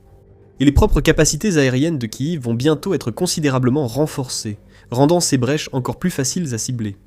En octobre 2025, Kiev a signé un accord avec la Suède pour l'acquisition de jusqu'à 150 avions de chasse, multirôles supersoniques, monomoteurs, Saab JAS 39, Gripen. Conçu pour combiner des capacités de frappe et de reconnaissance, le Gripen est largement considéré comme un excellent chasseur de 4e génération et demi, célèbre pour son design économique, sa faible maintenance et ses technologies avancées, y compris des capacités de guerre électronique supérieures. Il se distingue par rapport à de nombreux concurrents. Un ancien responsable militaire de l'OTAN a même qualifié cet avion de l'un des meilleurs avions de combat au monde, le meilleur chasseur qui ne soit pas furtif comme le F-22 ou le F-35. Il pourrait facilement affronter tout ce que Poutine pourrait lui opposer. Le 11 février 2026, l'Ukraine a annoncé son intention de consacrer une partie de son nouveau fonds de soutien de l'UE au lancement de l'acquisition de chasseurs Gripen. Et quelques mois plus tard, le 17 avril, le président ukrainien Volodymyr Zelensky a affirmé que l'Ukraine avait déjà commencé à former ses propres pilotes sur Gripen, et que cette formation s'étendrait davantage à l'automne 2026. Si cette évaluation est correcte, l'Ukraine pourrait bientôt faire voler certains des meilleurs chasseurs d'Europe dans son ciel, alors que l'aviation russe est à son point le plus faible. Équipé de missiles RR Météor à longue portée, le Gripen pourrait être utilisé pour cibler et détruire les chasseurs et bombardiers d'attaque russes. Par le passé, le Kremlin pouvait compter sur l'A-50 pour repérer les menaces entrantes et assurer la sécurité de ce type d'appareil, en leur transmettant des informations sur les forces ennemies situées à des centaines de kilomètres, leur donnant ainsi une longueur d'avance chaque fois qu'ils devaient s'échapper. Cela permettait à la Russie d'approcher ses avions d'attaque de plus en plus près des lignes de front, menant des bombardements dévastateurs, des frappes de missiles et d'autres sorties agressives avec ses Su-34, Su-35 et MiG-31BM par exemple. Mais si les A-50 ne sont pas disponibles, ces mêmes avions ne bénéficieront plus de ces protections. Ils pourraient ne pas savoir qu'un Gripen ukrainien les verrouille, ou qu'un missile Météor se dirige vers eux, avant qu'il ne soit déjà trop tard. Cela a été noté dans un article récent de Défense Express, qui indique que l'un des principaux objectifs du Gripen serait d'éloigner les avions d'attaque russes Su-34 qui transportent des bombes guidées de la ligne de front. C'est pourquoi la perte des A-50 est si importante. Ce n'est pas seulement aveugler la machine de guerre du Kremlin, c'est aussi la pousser plus loin dans un coin sombre et dangereux d'où elle pourrait ne jamais s'échapper. Depuis 4 ans, la Russie a tout lancé contre l'Ukraine sur le terrain. Et depuis 4 ans, la carte a à peine bougé. Alors, Vladimir Poutine, frustré, a changé la façon dont la guerre est menée en la portant dans les airs. Chaque nuit, des vagues de drones Shahed et de missiles de croisière frappent les villes ukrainiennes, car hommes et chars ont échoué et les drones coûtent moins cher. C'est une véritable guerre d'usure aérienne, conçue pour épuiser les intercepteurs et les munitions de l'Ukraine, en essayant de briser la volonté du pays, une centrale électrique et un immeuble à la fois. Mais au milieu de cette tempête, une petite arme britannique que la plupart des gens avaient discrètement oubliée fait soudainement la une de l'actualité. Les équipages ukrainiens l'appellent le crayon meurtrier. Contrairement à d'autres munitions tirées à l'épaule, elle ne recherche pas la chaleur. Elle ne peut être trompée par des leurres, ni brouillée par la guerre électronique. Son nom officiel est Starstreak, et face aux menaces de masse bon marché qui envahissent le ciel ukrainien, la Russie n'a pas encore trouvé de réponse fiable. Notamment, Starstreak n'est pas une invention nouvelle. Elle est apparue dans les reportages dès le début de la guerre. Mais elle a refait surface 4 ans plus tard, et la raison de ce retour explique comment toute la guerre a changé. Commençons par ce qu'est réellement Starstreak, car la réponse n'est pas aussi simple qu'un missile plus rapide, ou un temps de réaction réduit. Chacun sait déjà que la vitesse est essentielle en défense aérienne. Un missile plus rapide laisse moins de temps à la cible pour réagir, et Starstreak est rapide, entre Mach 3 et Mach 4 selon les circonstances, et le lanceur spécifique. Mais la vitesse seule n'est qu'une partie de la raison. Ce qui distingue vraiment ce missile de tous les autres systèmes de défense aérienne à très courte portée, c'est sa méthode de guidage, et c'est là que Starstreak devient effrayant. La plupart du temps, les missiles verrouillent une cible en détectant la chaleur, trouvant l'objet le plus chaud dans le ciel. C'est important car les premiers modèles de la détection de chaleur visaient le soleil et allaient dans cette direction. C'est simple à concevoir et à utiliser, et fonctionne en mode tire et oublie. Une fois le missile lancé, vous ne pouvez plus diriger sa trajectoire. Le missile a une tête chercheuse qui se verrouille sur la signature thermique de la cible avant le lancement. Une fois que l'opérateur reçoit un signal sonore confirmant le verrouillage, il tire, et le missile poursuit alors la source de chaleur de lui-même jusqu'à l'impact. L'opérateur peut se déplacer dès que le missile quitte le tube, ce qui est très utile pour sa survie. La méthode est rapide et inutile de suivre la cible après le tir. Si un missile suit une source de chaleur, on peut lui offrir une cible plus chaude. Cela peut être des leurres thermiques, désormais équipement standard des avions modernes. Ajouter des contre-mesures infrarouges modernes et un virage d'évasion brutal au bon moment, et cette destruction garantie devient du 50-50. Starstreak a été conçu pour ignorer tout cela. À la place, tout le lanceur utilise un guidage par faisceau laser. Après avoir déployé les projectiles, l'opérateur garde la cible en vue, et l'unité de visée projette un faisceau de guidage, essentiellement une grille laser, que le missile suit tout simplement. Le missile suit alors une trajectoire définie par l'endroit où l'opérateur pointe. Le grand avantage ici, c'est que c'est l'opérateur qui fait la visée. Une fois qu'ils pointent un laser, ils peuvent le déplacer légèrement pour suivre la cible, et le missile suivra, tout simplement parce qu'il est conçu précisément pour cela. La cible peut larguer toutes les contre-mesures de son arsenal, et Starstreak ne bronche même pas. Le fabricant, Thales, décrit le guidage comme étant immunisé contre toutes les contre-mesures infrarouges et radiofréquences connues, et cette affirmation est au cœur même de l'importance de cette arme. Alors voyons ce qui se passe réellement à partir du moment où la gâchette est pressée, car c'est là que la conception devient ingénieuse. L'opérateur suit la cible via l'unité de visée. Quand la gâchette est actionnée, le moteur du premier étage s'allume dans le tube de lancement, puis s'arrête avant que le module de déploiement ne sorte complètement. C'est intentionnel, et cela protège l'opérateur du souffle arrière de la roquette. Une fois qu'il est à une distance de sécurité, le moteur du deuxième étage s'allume et accélère le missile à une vitesse supérieure à Mach 3 et selon certains, proche de Mach 4 en une fraction de seconde.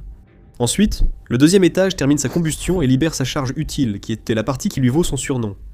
Nous évoquons souvent un missile, mais il faut comprendre pourquoi le système dispose d'une unité de déploiement distincte. Au lieu d'une seule ogive, Starstreak libère 3 ogives plus petites simultanément, chacune étant un projectile en tungstène guidé par laser. Le DAR, un peu plus de 390 mm, soit 15,6 pouces de long, est logé dans un missile d'environ 1,39 m et contient la véritable charge explosive couvrant le dernier pied, équipé d'une fusée à impact à retardement. Cette fusée est conçue pour que le dard perce d'abord le blindage de la cible, puis explose à l'intérieur des structures ou au-delà du revêtement renforcé des chars. Chaque dard transporte également une petite charge explosive destinée à projeter des éclats tout autour, lorsque le missile touche effectivement sa cible. Et comme 3 d'entre eux sont lancés simultanément, les chances d'un impact direct augmentent de façon exponentielle, et les dégâts réels peuvent suffire à abattre un avion. 3 dards guidés en tungstène à plus de Mach 3 peuvent totalement détruire le rotor ou le système de carburant d'un hélicoptère. Les hélicoptères, et dans une moindre mesure les avions, sont exactement le type de cible que Starstreak a été conçu pour détruire, et c'est ainsi qu'il a été utilisé au départ. Au début du mois d'avril 2022, quelques jours seulement, après que le système ait été annoncé comme ayant été importé en Ukraine, l'armée a partagé des images d'un hélicoptère d'attaque russe Mi-28 touché au-dessus de la région de Luhansk. Sa poutre de queue a été arrachée alors qu'il frôlait les arbres. Une source du ministère de la Défense britannique a indiqué au Times que la vidéo montrait probablement le Starstreak en action, utilisé pour la première fois pour abattre un appareil russe. L'équipage de l'hélicoptère aurait survécu. Bien que le ministère britannique de la Défense et des analystes militaires aient attribué la destruction au Starstreak en se basant sur la signature de l'impact, cette attribution n'a pas été confirmée officiellement par la Russie. Avant ce matin-là, le Starstreak était un système britannique respecté mais peu connu, ignoré de la plupart hors de l'OTAN. Après cela, beaucoup de gens s'y sont rapidement intéressés. Désormais, le Starstreak existe sous plusieurs formes, et la plateforme compte autant que le missile. Dans sa forme la plus simple, il est tiré à l'épaule. Un seul opérateur entraîné peut l'assembler et être prêt à tirer en secondes, intercepter une menace depuis presque n'importe quelle position, puis se déplacer aussitôt, offrant une flexibilité maximale. Mais il est aussi limité de la même manière que tout système tiré à l'épaule. Un seul opérateur avec un lanceur ne peut couvrir qu'une petite partie des vecteurs d'attaque que l'ennemi pourrait utiliser. La version standard est le lanceur multiple léger, qui contient 3 missiles prêts à être tirés, permettant ainsi à un opérateur d'engager 3 cibles successivement sans avoir à recharger. De plus, cette version peut être montée sur un Land Rover ou un véhicule similaire avec une petite modification. Mais la version actuellement la plus intéressante en Ukraine est le Stormer HVM. Le Stormer est un véhicule blindé chenillé britannique, adapté spécifiquement pour la défense aérienne à très courte portée. Il transporte 8 missiles Starstreak prêts à tirer sur son lanceur de toit, 12 autres en réserve dans la coque, et fonctionne avec un équipage de 3 personnes. Fixé au lanceur se trouve un dispositif appelé Air Defense Alerting Device, un scanner infrarouge avec processeur qui détecte les menaces aériennes entrantes, les priorise et oriente automatiquement la visée de l'arme sur la cible. Cette capacité est plus importante qu'il n'y paraît, car en défense aérienne à très courte portée, le plus difficile n'est pas l'interception, mais la détection. Les menaces à basse altitude et les petits drones peuvent être minuscules, silencieux, rapides et masqués par le terrain. Un équipage ignorant la présence d'une cible avant qu'elle ne soit au-dessus de lui a déjà perdu l'engagement. Le dispositif d'alerte sert à donner à l'équipage les quelques secondes dont il a besoin pour localiser, suivre et tirer. Le Stormer offre également à l'équipage une protection blindée, de la mobilité et la capacité de se déplacer entre les engagements. Un opérateur isolé debout dans un champ devient une cible quelques instants après le premier tir. Un équipage de Stormer peut tirer puis se déplacer, ce que les artilleurs appellent tirer et décamper. À l'arrivée de ces systèmes en Ukraine, la menace principale venait d'avions russes, volant à basse altitude, et d'hélicoptères d'attaque. Mais en 2026, le ciel ukrainien est très différent. Mais avant d'entrer dans le vif du sujet, assurez-vous de vous abonner à The Military Show. Nous suivons les principaux événements de la guerre et de la géopolitique mondiale, afin que vous soyez toujours informés des événements majeurs. En quittant le sol pour le ciel, la Russie tente désormais de couvrir la moindre portion de territoire et inonde maintenant le champ de bataille de Shahed, des drones kamikazes, des munitions rôdeuses.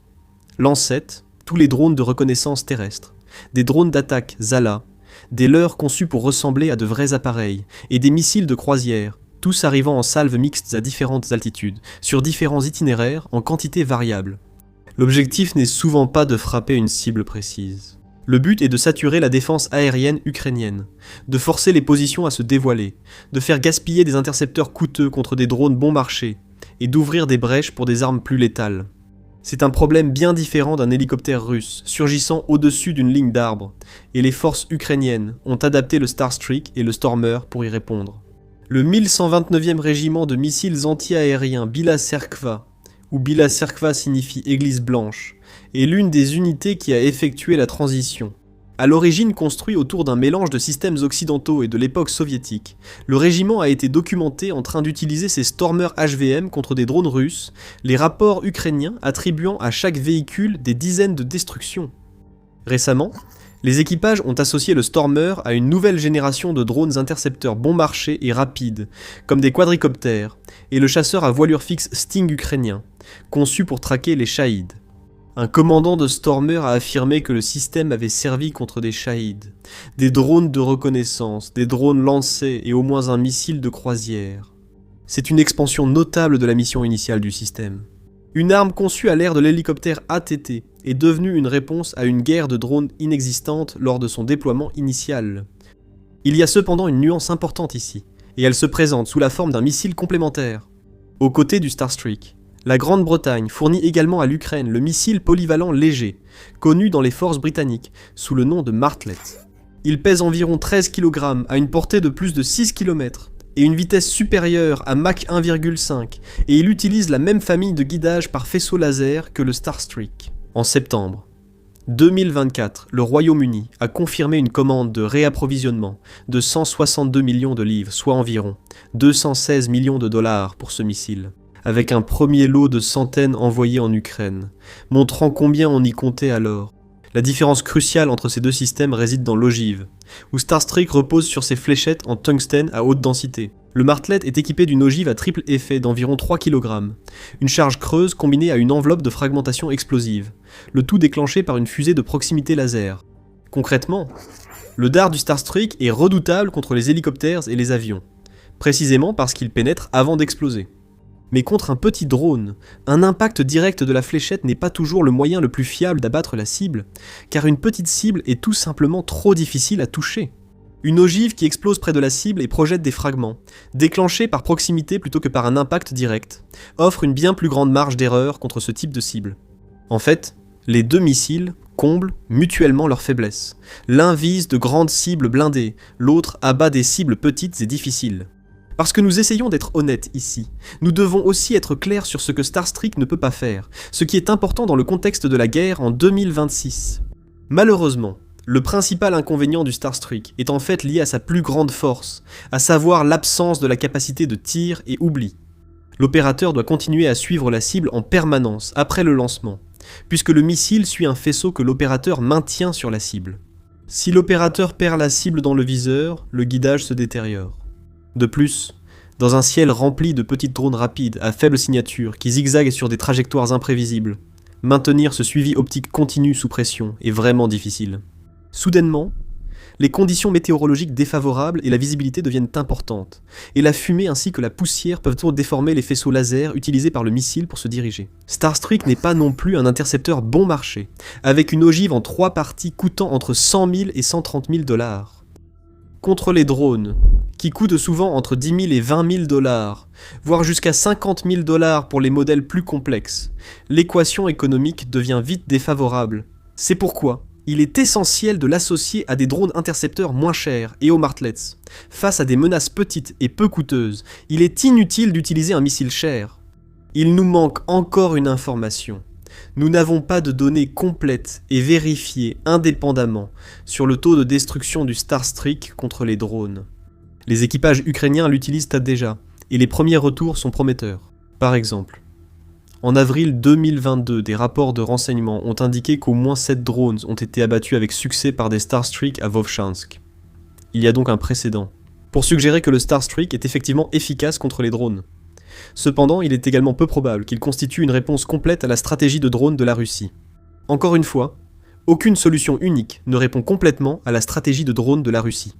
C'est la logique d'une défense multicouche. Ce qui soulève la question principale.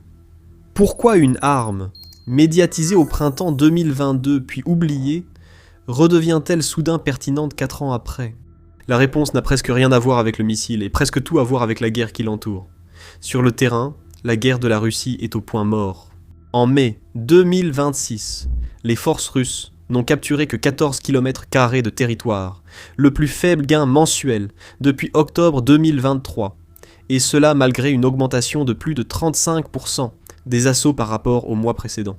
Plus d'attaques, moins de terrain. L'Institute for the Study of War a également estimé que les forces ukrainiennes ont en grande partie stoppé l'offensive de printemps-été 2026 de la Russie, celle-ci n'ayant pris pied que sur une fraction du territoire qu'elle avait conquis en mai 2025. L'Ukraine a repris un peu de terrain, ces derniers mois comptant parmi les rares à avoir permis de réels gains.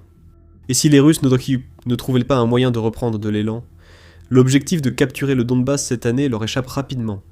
Désormais, à l'arrière du front, la machine qui alimente la guerre s'essouffle elle aussi. De plus, l'effort de guerre russe doit composer avec une capacité industrielle en diminution sous les sanctions occidentales et des stocks en baisse dans presque toutes les catégories d'armes, ce qui modifie lentement le calcul coût-bénéfice du Kremlin. Pendant ce temps, les drones ukrainiens à longue portée frappent plus souvent les raffineries de pétrole finançant la guerre. Poutine perd de l'argent, des hommes et de l'élan. Alors, quand l'armée ne peut pas avancer, que les usines ne suivent pas et que les recettes pétrolières partent en fumée, que reste-t-il ? La pression aérienne. L'Institute for the Study of War relie l'escalade des frappes russes sur les villes ukrainiennes à leur échec militaire, voyant la campagne aérienne comme un substitut aux avancées terrestres et un moyen de détourner l'attention des frappes ukrainiennes en Russie. Ainsi, les nuits à Kherson, Kramatorsk, Dnipro et Kiev sont devenues un enfer de drones et missiles frappant habitations, entrepôts alimentaires et infrastructures électriques. Incapable de briser l'armée ukrainienne, la Russie essaie de briser les villes ukrainiennes. Le passage d'une guerre terrestre à une guerre aérienne menée par des drones bon marché produits en masse rend un système comme Starstreak à nouveau pertinent. Alors prenons du recul et voyons sur quoi la Russie mise réellement. Sa stratégie aérienne part du principe que de nombreux drones bon marché, lancés en masse et en groupes divers, finiront par saturer toute défense. Après tout, la quantité est une qualité en soi. Mais cette théorie échoue.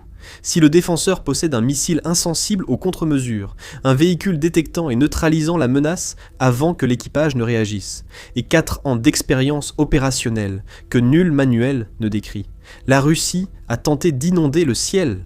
La Grande-Bretagne a offert à l'Ukraine un système conçu pour faire le tri.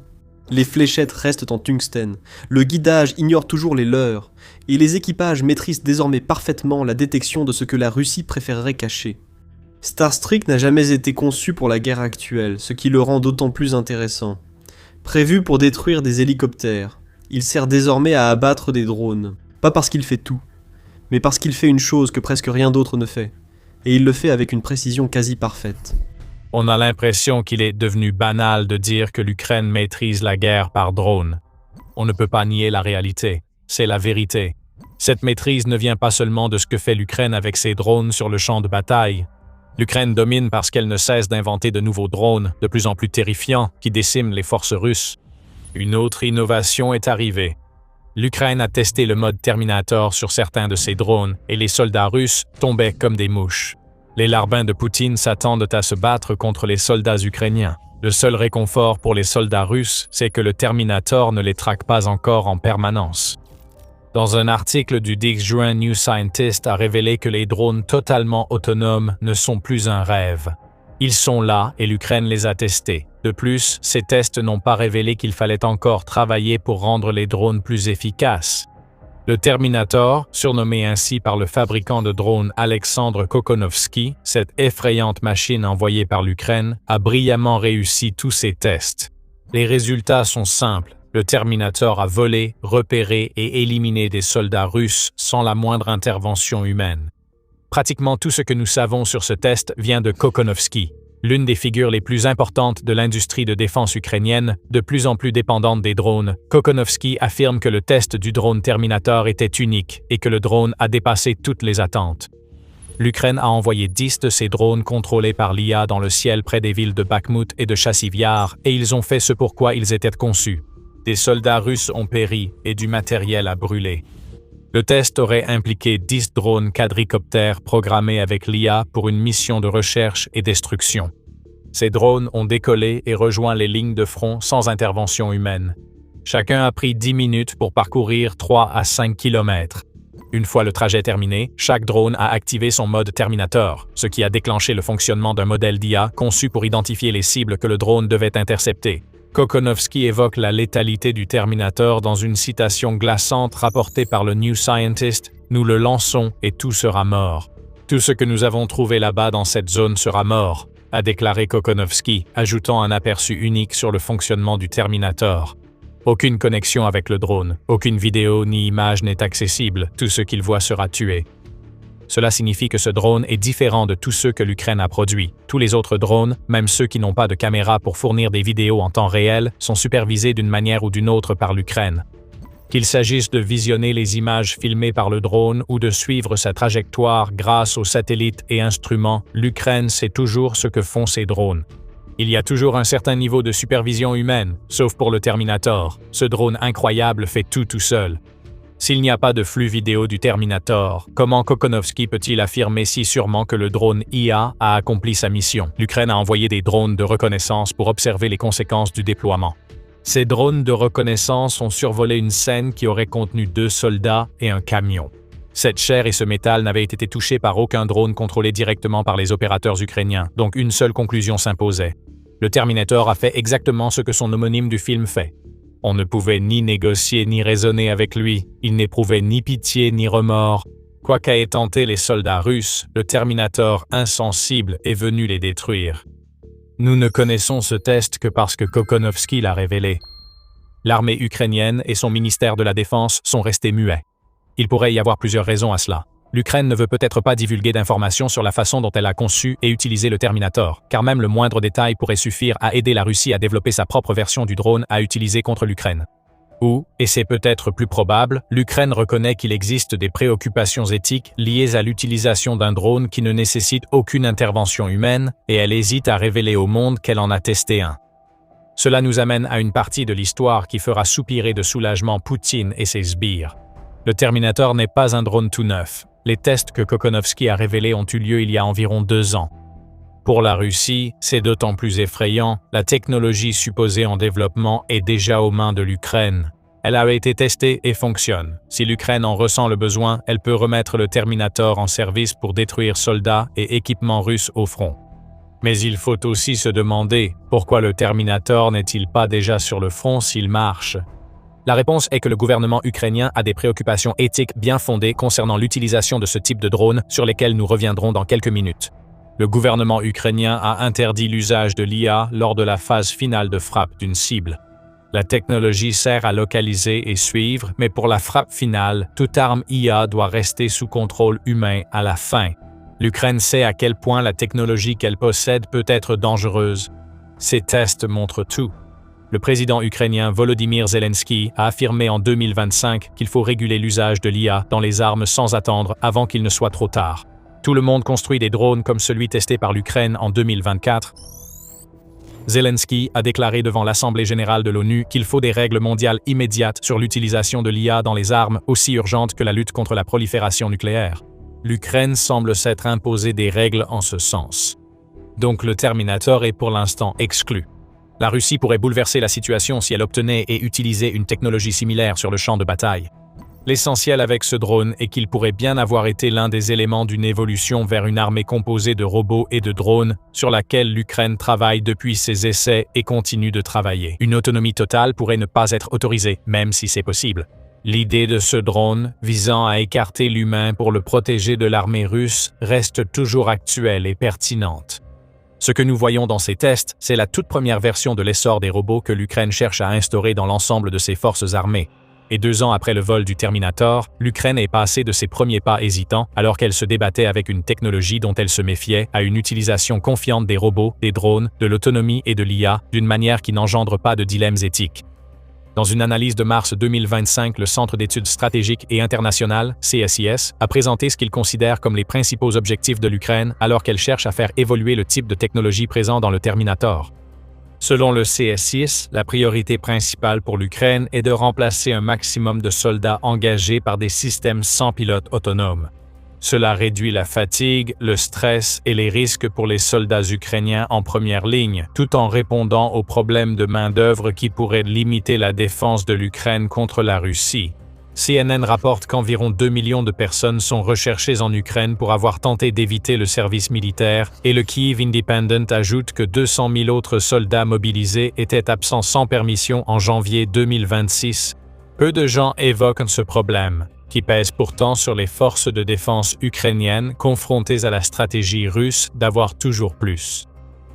Les systèmes robotiques autonomes, ou du moins les systèmes robotiques pouvant opérer en première ligne tout en étant contrôlés par des personnes situées à des kilomètres de là, seraient la solution idéale à ce problème de manque de main-d'œuvre. Et avec un risque réduit, l'idée de servir son pays pour le défendre contre la Russie serait également beaucoup plus attrayante pour des soldats hésitants qui penchent davantage vers la fuite que vers le combat. S'ils n'ont pas à se retrouver face à face avec des soldats sur le front, il y en aura peut-être davantage qui choisiront de rester et de se battre plutôt que de fuir. Mais que signifie cela pour le présent et l'avenir de l'Ukraine? L'essor du Terminator et des machines similaires pourrait évoluer de deux façons. La première serait un cauchemar que Volodymyr Zelensky et l'Ukraine veulent éviter, où des machines autonomes tuent sans intervention humaine. L'autre voie, suivie par l'Ukraine, fusionne hommes et machines pour créer des solutions semi-autonomes inspirées du drone Terminator, mais pas tout à fait aussi dépourvues d'âme ou d'éthique. Avant d'approfondir ces deux points, rappelons que vous regardez The Military Show. Si cette vidéo vous plaît, abonnez-vous pour ne rien manquer. Une vision de l'avenir du combat en Ukraine vient d'un ingénieur né à Kiev nommé Yaroslav Azniuk. S'adressant à l'Institut des ingénieurs électriciens et électroniciens, ou IUE, lors d'une réunion en décembre 2025, Azniuk a imaginé un avenir sombre dans lequel des essaims de drones autonomes transportent d'autres drones autonomes pour les protéger de drones intercepteurs autonomes, contrôlés par des IA supervisés par un général humain, deviennent la norme en Ukraine. Comment s'en protéger? Il affirme qu'on pourrait voir la même chose avec les drones maritimes utilisés par l'Ukraine pour paralyser la flotte de la mer Noire et attaquer la Crimée. En réalité, on ne le peut pas. Et si l'Ukraine misait tout sur la technologie Terminator qu'elle a testée en 2024, ce futur deviendrait une possibilité très réelle. L'Ukraine, comme tous les futurs champs de bataille, sombrerait dans un paysage dystopique infernal. Les quelques soldats humains passeraient leur temps à se cacher pendant que les machines s'affronteraient. Les commandants pourraient encore intervenir, mais superviseraient des essaims de drones si grands qu'ils ne pourraient contrôler leurs cibles. La guerre opposera autant les intelligences artificielles que les nations. Certains diraient que l'Ukraine est déjà un tel champ de bataille. Un soldat russe peut lever les yeux et voir des drones FPV patrouiller en permanence, sachant que les opérateurs enverront leurs machines pour tuer dès qu'il sera repéré. Mais cette interaction humaine fait toute la différence. Avec un opérateur humain, un soldat russe peut, même brièvement, se rendre. Il pourrait brandir le drapeau blanc pour demander clémence. Nous avons vu cela récemment. En juillet 2025, des drones et des robots terrestres opérés par la 3e brigade d'assaut ukrainienne à Kharkiv ont utilisé une combinaison de drones et de robots terrestres pour faire des prisonniers russes, le tout sans impliquer directement des soldats ukrainiens. Si le drone Terminator que l'Ukraine a testé venait à se généraliser, rien ne garantit que cette option existerait. Rappelez-vous que ces drones sont programmés pour traquer et détruire. Aucune place pour la compassion humaine, ni pour faire des prisonniers pour s'en servir comme moyen de pression. C'est une déconnexion dystopique. C'est sans doute pourquoi l'Ukraine ne passe pas du test au déploiement total du Terminator ou de drones similaires. Au lieu de cela, ce que nous voyons de l'Ukraine, c'est le fait de sélectionner les meilleurs aspects de la technologie autonome, associés à un contrôle humain, afin de s'assurer que la guerre ne devienne pas une bataille complètement déshumanisée entre machines. L'Ukraine poursuit activement l'utilisation de l'IA dans ses drones. L'Ukraine adopte l'IA, mais dans une direction différente de celle qu'aurait prise un choix exclusif du drone Terminator. Le Kyiv Independent a rapporté en avril que le ministère de la Défense ukrainien a favorisé un écosystème d'IA où plus de 200 entreprises produisent des drones pilotés par l'IA. Cet écosystème a déjà produit plus de 300 développements liés à l'IA qui sont enregistrés sur la plateforme Brave One, qu'utilise l'Ukraine pour centraliser ses activités de développement de drones. L'Ukraine a également mis en place le Centre de défense A1, qui est un pôle d'IA dont l'Ukraine attend qu'il fournisse la technologie de demain fondée sur l'IA. Donc, l'Ukraine utilise clairement l'IA, mais la manière diffère de ce que nous avons vu dans le test du Terminator. Regardez ce qui se passe avec les frappes ukrainiennes contre la logistique russe dans l'arrière immédiat depuis quelques mois. Ces frappes ont coupé les lignes d'approvisionnement russes, surtout en Crimée, isolant les troupes russes. Selon Forbes, l'Ukraine utilise des drones dotés d'IA dans le cadre de cette chasse aux lignes d'approvisionnement et elle le fait depuis au moins l'été 2025. Ces drones IA assurent les premières fonctions de ce que le Terminator a fait lors de son essai. Grâce à l'IA, ils localisent, suivent et même poursuivent les cibles, mais la différence essentielle est que les opérateurs de drones peuvent tout voir et sont impliqués dans toutes les étapes, de la planification de la mission jusqu'à l'exécution de la dernière phase de la mission, c'est-à-dire effectuer la frappe elle-même. Les drones IA ukrainiens ne sont pas uniquement déployés pour tuer.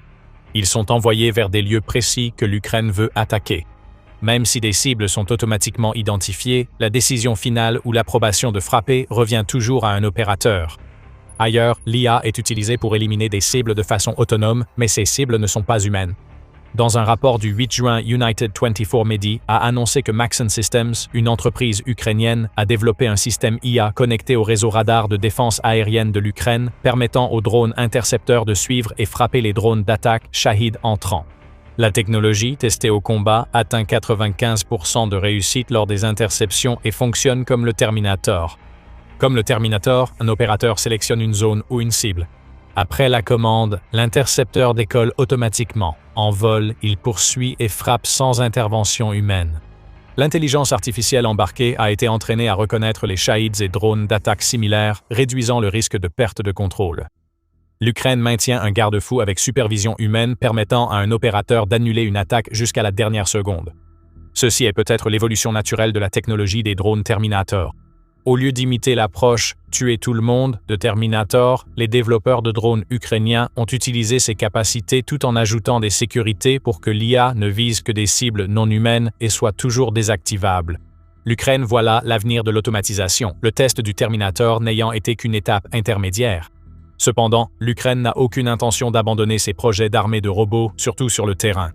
Defense News a rapporté en avril que l'Ukraine prévoit de déployer 25 000 robots terrestres au cours du premier semestre 2026, bien que ces robots puissent effectuer des opérations semi-autonomes, y compris la prise de position russe, comme lors d'un incident notable en avril où des robots terrestres ont imité un rôle clé de l'infanterie. L'objectif est de préserver plutôt que de prendre des vies. Plus précisément, l'Ukraine souhaite utiliser la technologie de l'IA pour s'assurer que le moins possible de ses soldats meurent sur la ligne de front.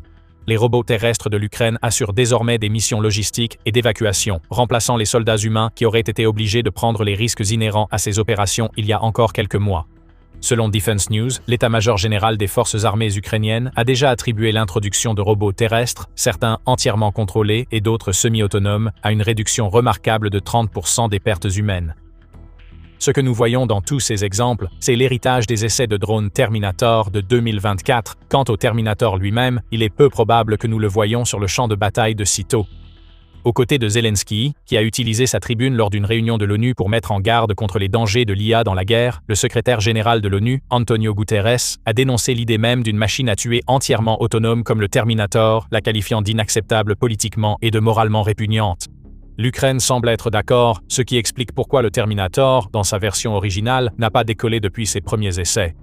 Même en écartant les questions éthiques, des inquiétudes subsistent sur l'IA de ces drones qui pourraient devenir incontrôlables. Et si l'IA dysfonctionnait et identifiait des soldats ukrainiens comme des Russes, les tirs amis prendraient alors un tout autre sens. Peut-on parler de tirs amis si l'arme n'est pas contrôlée par un allié? Le Terminator a montré que l'Ukraine pouvait réaliser ce que beaucoup ont imaginé, mais que peu veulent voir sur le champ de bataille. La technologie du drone subsiste dans les systèmes semi-autonomes que l'Ukraine crée en 2026 en Russie. Le soulagement évoqué reste toutefois nuancé. Si la Russie utilise cette technologie en Ukraine, toutes les limites seront levées. Le drone Terminator est prêt. L'Ukraine sait le construire. Ce drone a été testé en combat. Si l'Ukraine change d'avis, le test ayant décimé les soldats russes en 2024 deviendra une nouvelle réalité à laquelle les forces russes ne sont pas prêtes. Pour l'instant, cette réalité ne semble pas imminente, mais cela ne veut pas dire que l'Ukraine ne développe pas constamment de nouvelles technologies de drones. La Russie pensait être maligne, et en apparence, elle l'était. Après qu'une des usines les plus importantes a subi plusieurs frappes de drones, la Russie a construit une immense cage en acier autour de tout un bâtiment pour le protéger des véhicules aériens sans pilote. Ça aurait aussi marché. La Russie dispose d'une forteresse à l'épreuve des drones, et le pays pensait avoir trouvé la faille de l'Ukraine. L'Ukraine a prouvé que la Russie avait tort. Si la Russie utilise des cages en acier contre les drones, l'Ukraine vient de modifier la donne. Le plan de la Russie s'est retourné contre elle, car l'Ukraine a tout de même frappé la forteresse. Sauf que l'Ukraine n'a pas envoyé de drone, elle a envoyé quelque chose de bien plus puissant. Le plan russe était simple. À plus de 885 km de l'Ukraine se trouve Tchaboksary dans la République de Tchouvachi. Dans cette ville se trouve l'usine VNIER Progress, l'une des principales installations militaires russes en raison de son rôle dans le développement de composants pour certaines des armes les plus dangereuses du pays, dont ses missiles. Cette usine était censée être intouchable. 885 km auraient dû être largement suffisants pour que l'Ukraine ne puisse jamais y porter une frappe. Cependant, les drones longue portée ukrainiens ont montré que la distance n'était pas un obstacle, menant ainsi plusieurs attaques contre l'usine. La Russie s'est dit qu'elle avait un problème inédit de drones et qu'il fallait une solution. La solution était d'entourer le bâtiment administratif et l'atelier de l'usine VNIER Progress d'une immense cage métallique au lieu d'utiliser les filets anti-drones courants pendant la guerre. Des photos publiées par Defense Express montraient à quoi ressemblait le bâtiment vu du sol, et Business Insider rapporte que des photos satellites partagées par la société américaine de renseignement spatial Vantor montraient que la cage entourait l'ensemble du bâtiment. La logique était solide, ces cope cages, comme on les appelle souvent de façon moqueuse, entourent une cible dans un seul but, faire exploser prématurément la tête explosive transportée par un drone afin que l'explosion n'endommage pas la cible. Avec une immense cope cage, la Russie croyait avoir parfaitement protégé l'une de ses usines clés. La Russie avait tort. Et cela ne devrait pas surprendre quand on réalise que les cope cages ne sont généralement pas utilisées pour protéger des bâtiments, elles sont censées protéger des chars. La Russie utilise des cope cages sur ses chars depuis les toutes premières semaines de l'invasion, a rapporté le journal I en mars 2022. Les premières versions utilisaient des cadres métalliques recouverts de toile pour entourer les tourelles. Les versions ultérieures de ces cope cages englobent des chars entiers, ajoutant massivement à leur poids et les rendant pratiquement inopérants alors que la Russie cherchait désespérément à se protéger. Après la destruction de 12 025 chars russes, comme l'a rapporté l'Ukraine, cela montre que les cages anti-drones des chars russes n'ont pas vraiment fonctionné aussi bien que Vladimir Poutine et ses acolytes l'auraient espéré. Mais peut-être que la cage autour de l'usine Venir serait différente. Après tout, cette usine n'a pas besoin de bouger, donc le poids n'est pas un problème. La cage pourrait aussi être construite autour du bâtiment plutôt que dessus. Cela signifie qu'il y aurait un plus grand écart entre la cage et la cible, ce qui veut dire aussi plus d'espace pour qu'une ogive de drone explose sans danger, sans détruire l'usine VNIER Progress. Oui, la Russie croyait avoir trouvé une solution qui semblait fonctionner. La cage en acier entourant le bâtiment administratif et l'atelier de l'usine était en place depuis environ 1 an jusqu'à l'été 2026, rapporte Business Insider. L'usine était toujours debout. Les drones ukrainiens n'avaient pas réussi à porter le coup direct nécessaire pour mettre l'usine hors service. Au cœur de l'Ukraine, au sein du renseignement militaire ukrainien, un processus qui s'est répété d'innombrables fois au cours des 4 dernières années était en train de se reproduire. La Russie a eu une nouvelle idée. Ce n'était pas une idée brillante, mais elle semblait stopper les drones ukrainiens. L'Ukraine devait alors s'adapter et trouver comment frapper l'usine malgré tout. Et en juin, c'est exactement ce que l'Ukraine a fait. La nouvelle est tombée le 10 juin. Les forces ukrainiennes avaient mené une attaque en plein cœur de la Russie, et l'usine Progress, que la Russie avait passé tant de temps et d'efforts à transformer en forteresse anti-drone, avait été touchée. La Russie a encore vanté son taux d'interception de drones, tout en minimisant l'incendie de son usine vitale. Tout ce que le ministère de la Défense russe a déclaré, c'est qu'il avait intercepté 326 drones ukrainiens dans plusieurs régions lors d'une attaque nocturne au cours de laquelle l'Ukraine a frappé des cibles dans la région occupée de Mariupol. Dans la matinée du 10 juin, des chaînes Telegram et même des médias russes rapportaient l'attaque de l'Ukraine contre les usines protégées de la Russie. United 24 Media nous donne l'essentiel de ces rapports. L'usine était en flammes, car ce qui l'avait frappée avait déclenché un incendie suffisamment important pour causer des dégâts considérables au bâtiment. En un instant, la Russie a perdu un atelier d'une usine produisant des composants pour les drones Shahed, les missiles Iskander et les modules Kometo, souvent présents dans les drones Shahed abattus. Ils doivent veiller à ce que les drones gardent leur trajectoire via la navigation satellite, même lorsqu'ils subissent du brouillage électronique. La Russie a été forcée de se demander ce qui venait de se passer. Elle avait construit sa cage de protection précisément pour se prémunir contre ce genre de situation. Les drones ukrainiens pouvaient aller où ils voulaient. Ils n'auraient jamais pu percer la masse métallique entourant l'usine Venir Progress. Alors, comment ont-ils réussi? La réponse est simple.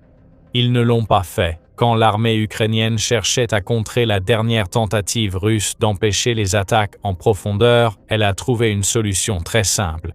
Si la Russie va se protéger contre les drones à ce point, alors n'envoyez pas de drones du tout. Envoyez un missile contre lequel l'usine Progress ne peut se défendre. La Russie a fini par opposer des cages anti-drones à des missiles et l'usine Progress en a souffert par la suite. Le président ukrainien Volodymyr Zelensky a déclaré sur X que l'Ukraine a contré la cage blindée russe en lançant un de ses missiles de croisière les plus connus.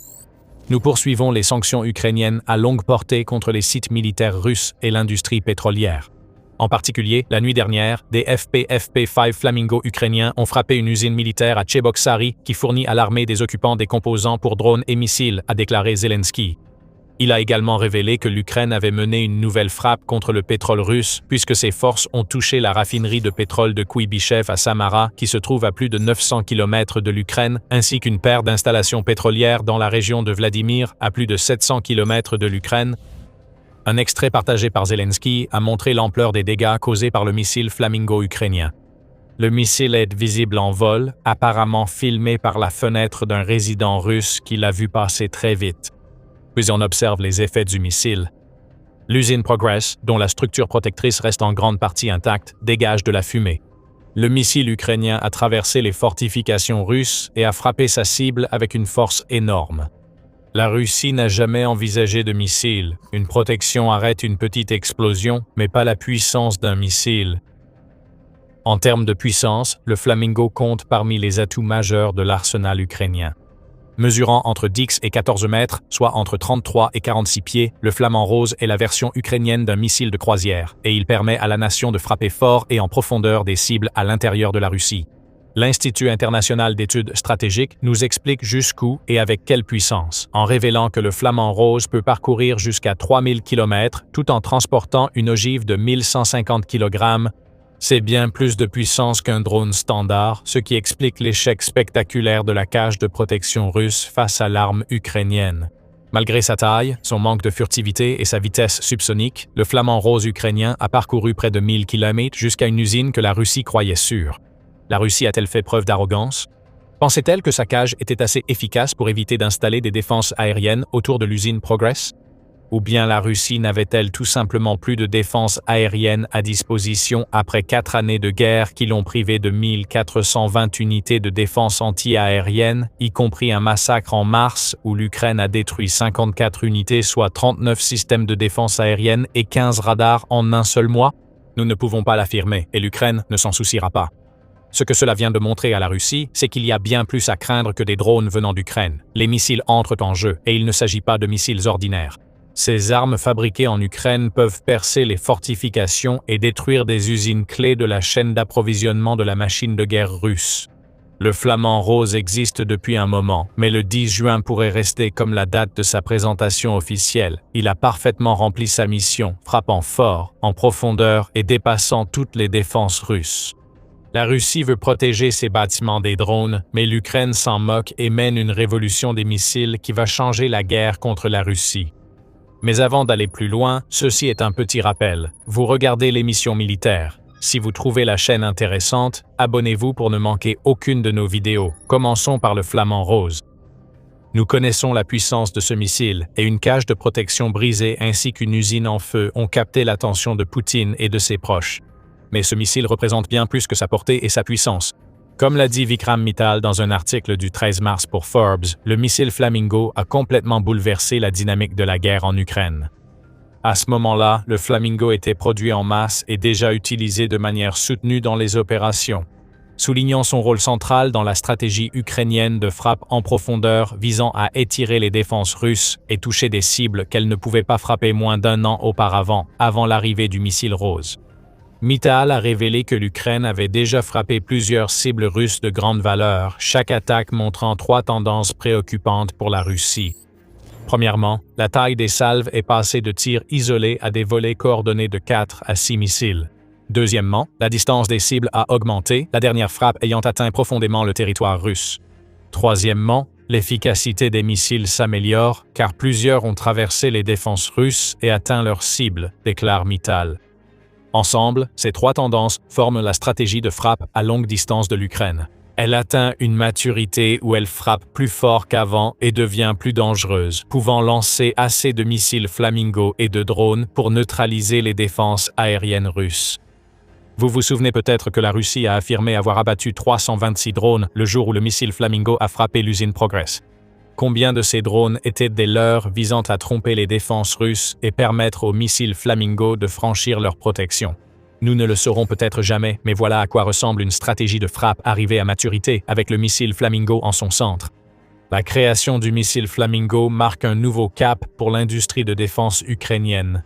En 2022, une frappe comme celle du 10 juin aurait été impossible, même avec les missiles fournis par les partenaires occidentaux à l'Ukraine. 4 ans plus tard, l'Ukraine ne possède pas seulement les connaissances techniques nécessaires pour fabriquer ses propres missiles de croisière, mais elle est aussi capable d'augmenter la production au point de ne plus avoir à préserver ses stocks de ces missiles pour des frappes occasionnelles. En privilégiant la viabilité opérationnelle à la perfection, l'Ukraine peut produire massivement des missiles Flamingo, rendant la stratégie russe, fondée sur la distance et les défenses anti-drones, totalement obsolète. Cette stratégie ne fonctionnera plus. L'Ukraine a une réponse à tous les défis défensifs que pose la Russie. Aussi inquiétant que cela soit pour Poutine et la Russie, une perspective plus large est en jeu. Ce n'est pas que Flamingo déchirant les cages de protection qui fait trembler Poutine. La Russie s'agite et échoue à stopper les frappes en profondeur ukrainienne. Et la situation va empirer, car le flamant rose n'est que la partie visible d'un iceberg en forme de missile que l'Ukraine s'apprête à lancer contre la Russie. Nous savons déjà à quel point Poutine a peur des drones ukrainiens. La peur a motivé l'installation d'une clôture autour de l'usine Progress. C'est aussi pourquoi des filets anti-drones entourent la résidence de Poutine à Valdai. Le dirigeant russe pense que si l'Ukraine veut causer des dégâts, ce sera toujours avec des drones, mais il se trompe. Le 10 juin et le Flamingo le prouvent. Mais le problème bien plus important pour la Russie, c'est que l'Ukraine est en train d'opérer un virage vers les missiles, un changement que personne n'aurait pu prévoir il y a seulement quelques années. Comme l'a souligné l'Atlantic Council dans un article du 2 mars, le Flamingo n'est qu'un des nombreux missiles qui sont déjà utilisés ou en cours de développement par l'Ukraine. Des millions de dollars sont investis dans une industrie de défense nationale développant ce que le Conseil appelle un marché national des missiles. L'Ukraine a déjà un plan pour développer vite ce marché.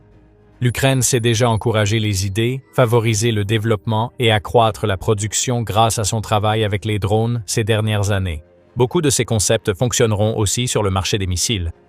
Le ministre de la Défense, Mikhailo Fedorov, affirme que le ministère agit comme un investisseur en capital risque, accordant d'importantes subventions aux entreprises développant des missiles et technologies associées.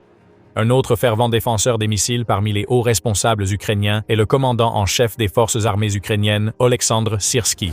Le 9 juin, la Nouvelle Voix de l'Ukraine a rapporté que Syrski a publiquement soutenu un plan visant à transformer les forces de missiles et d'artillerie de l'Ukraine d'ici 2030.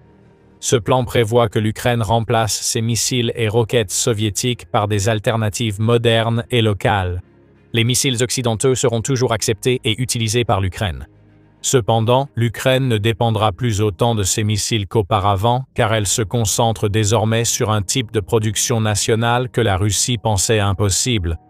Syrski pense que ce nouveau plan permettra la destruction régulière de cibles à des distances allant jusqu'à 2000 km, surtout s'il est accompagné de nouvelles avancées dans la technologie des drones, rapporte Militarny. Si la Russie croit que Flamingo est sa seule préoccupation, elle se trompe totalement. L'Ukraine progresse vers la création de missiles balistiques nationaux. Et quand ces missiles arriveront, ce qui est arrivé à l'usine Venir Progress et à sa cage à manteau semblera être un pique-nique en comparaison.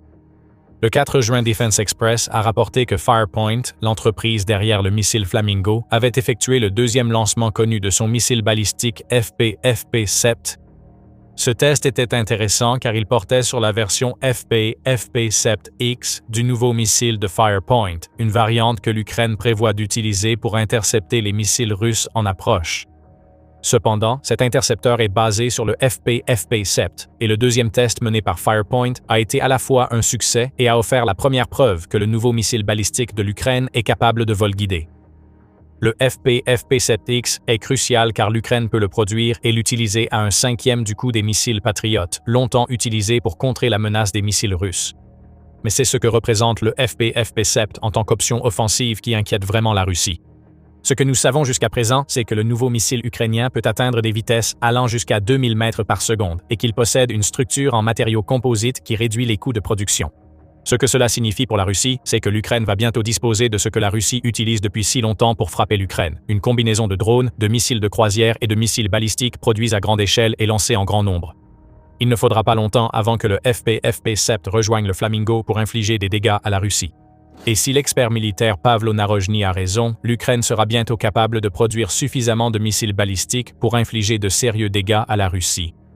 S'adressant à la radio ukrainienne, Narojny souligne que le projet de missile balistique de Firepoint est privé et qu'il est accompagné par le projet soutenu par l'État qui a développé le missile balistique Sapsan. Les données sont partagées, les deux missiles avancent. Narojny estime qu'une fois prêt, l'Ukraine pourra produire plusieurs dizaines de missiles balistiques par mois. Ajoutez une production de Flamand Rose passée de 30 à 50 par mois en 2026 avec un potentiel d'augmentation grâce à plus d'investissements, et cela représente un danger pour la Russie. Les cages de protection ne sauveront pas le complexe militaro-industriel russe. Les missiles de croisière ukrainiens sont déjà en vol. Ces missiles balistiques suivront bientôt, et la Russie ne répond que par des cages métalliques autour des bâtiments pour stopper les drones. La Russie se croyait maligne, mais l'Ukraine a montré qu'elle avait toujours un temps d'avance dans la guerre. Les missiles arrivent. Les drones ne s'arrêteront pas, et la campagne de frappe qui affaiblit la machine de guerre russe depuis plus de 2 ans devient une stratégie pouvant permettre à l'Ukraine de gagner la guerre. Nous avons évoqué le FP-FP-7X récemment. Pour en savoir plus sur ce missile, le FP-FP-7 et les tests menés par l'Ukraine, nous avons la vidéo idéale pour vous. Découvrez notre analyse sur l'impact du nouveau missile balistique ukrainien pour l'Ukraine et l'Europe. Et si vous avez apprécié cette vidéo, n'oubliez pas de vous abonner pour recevoir chaque jour votre dose d'actualité militaire directement dans votre fil d'actualité. Et merci comme toujours de nous avoir regardés.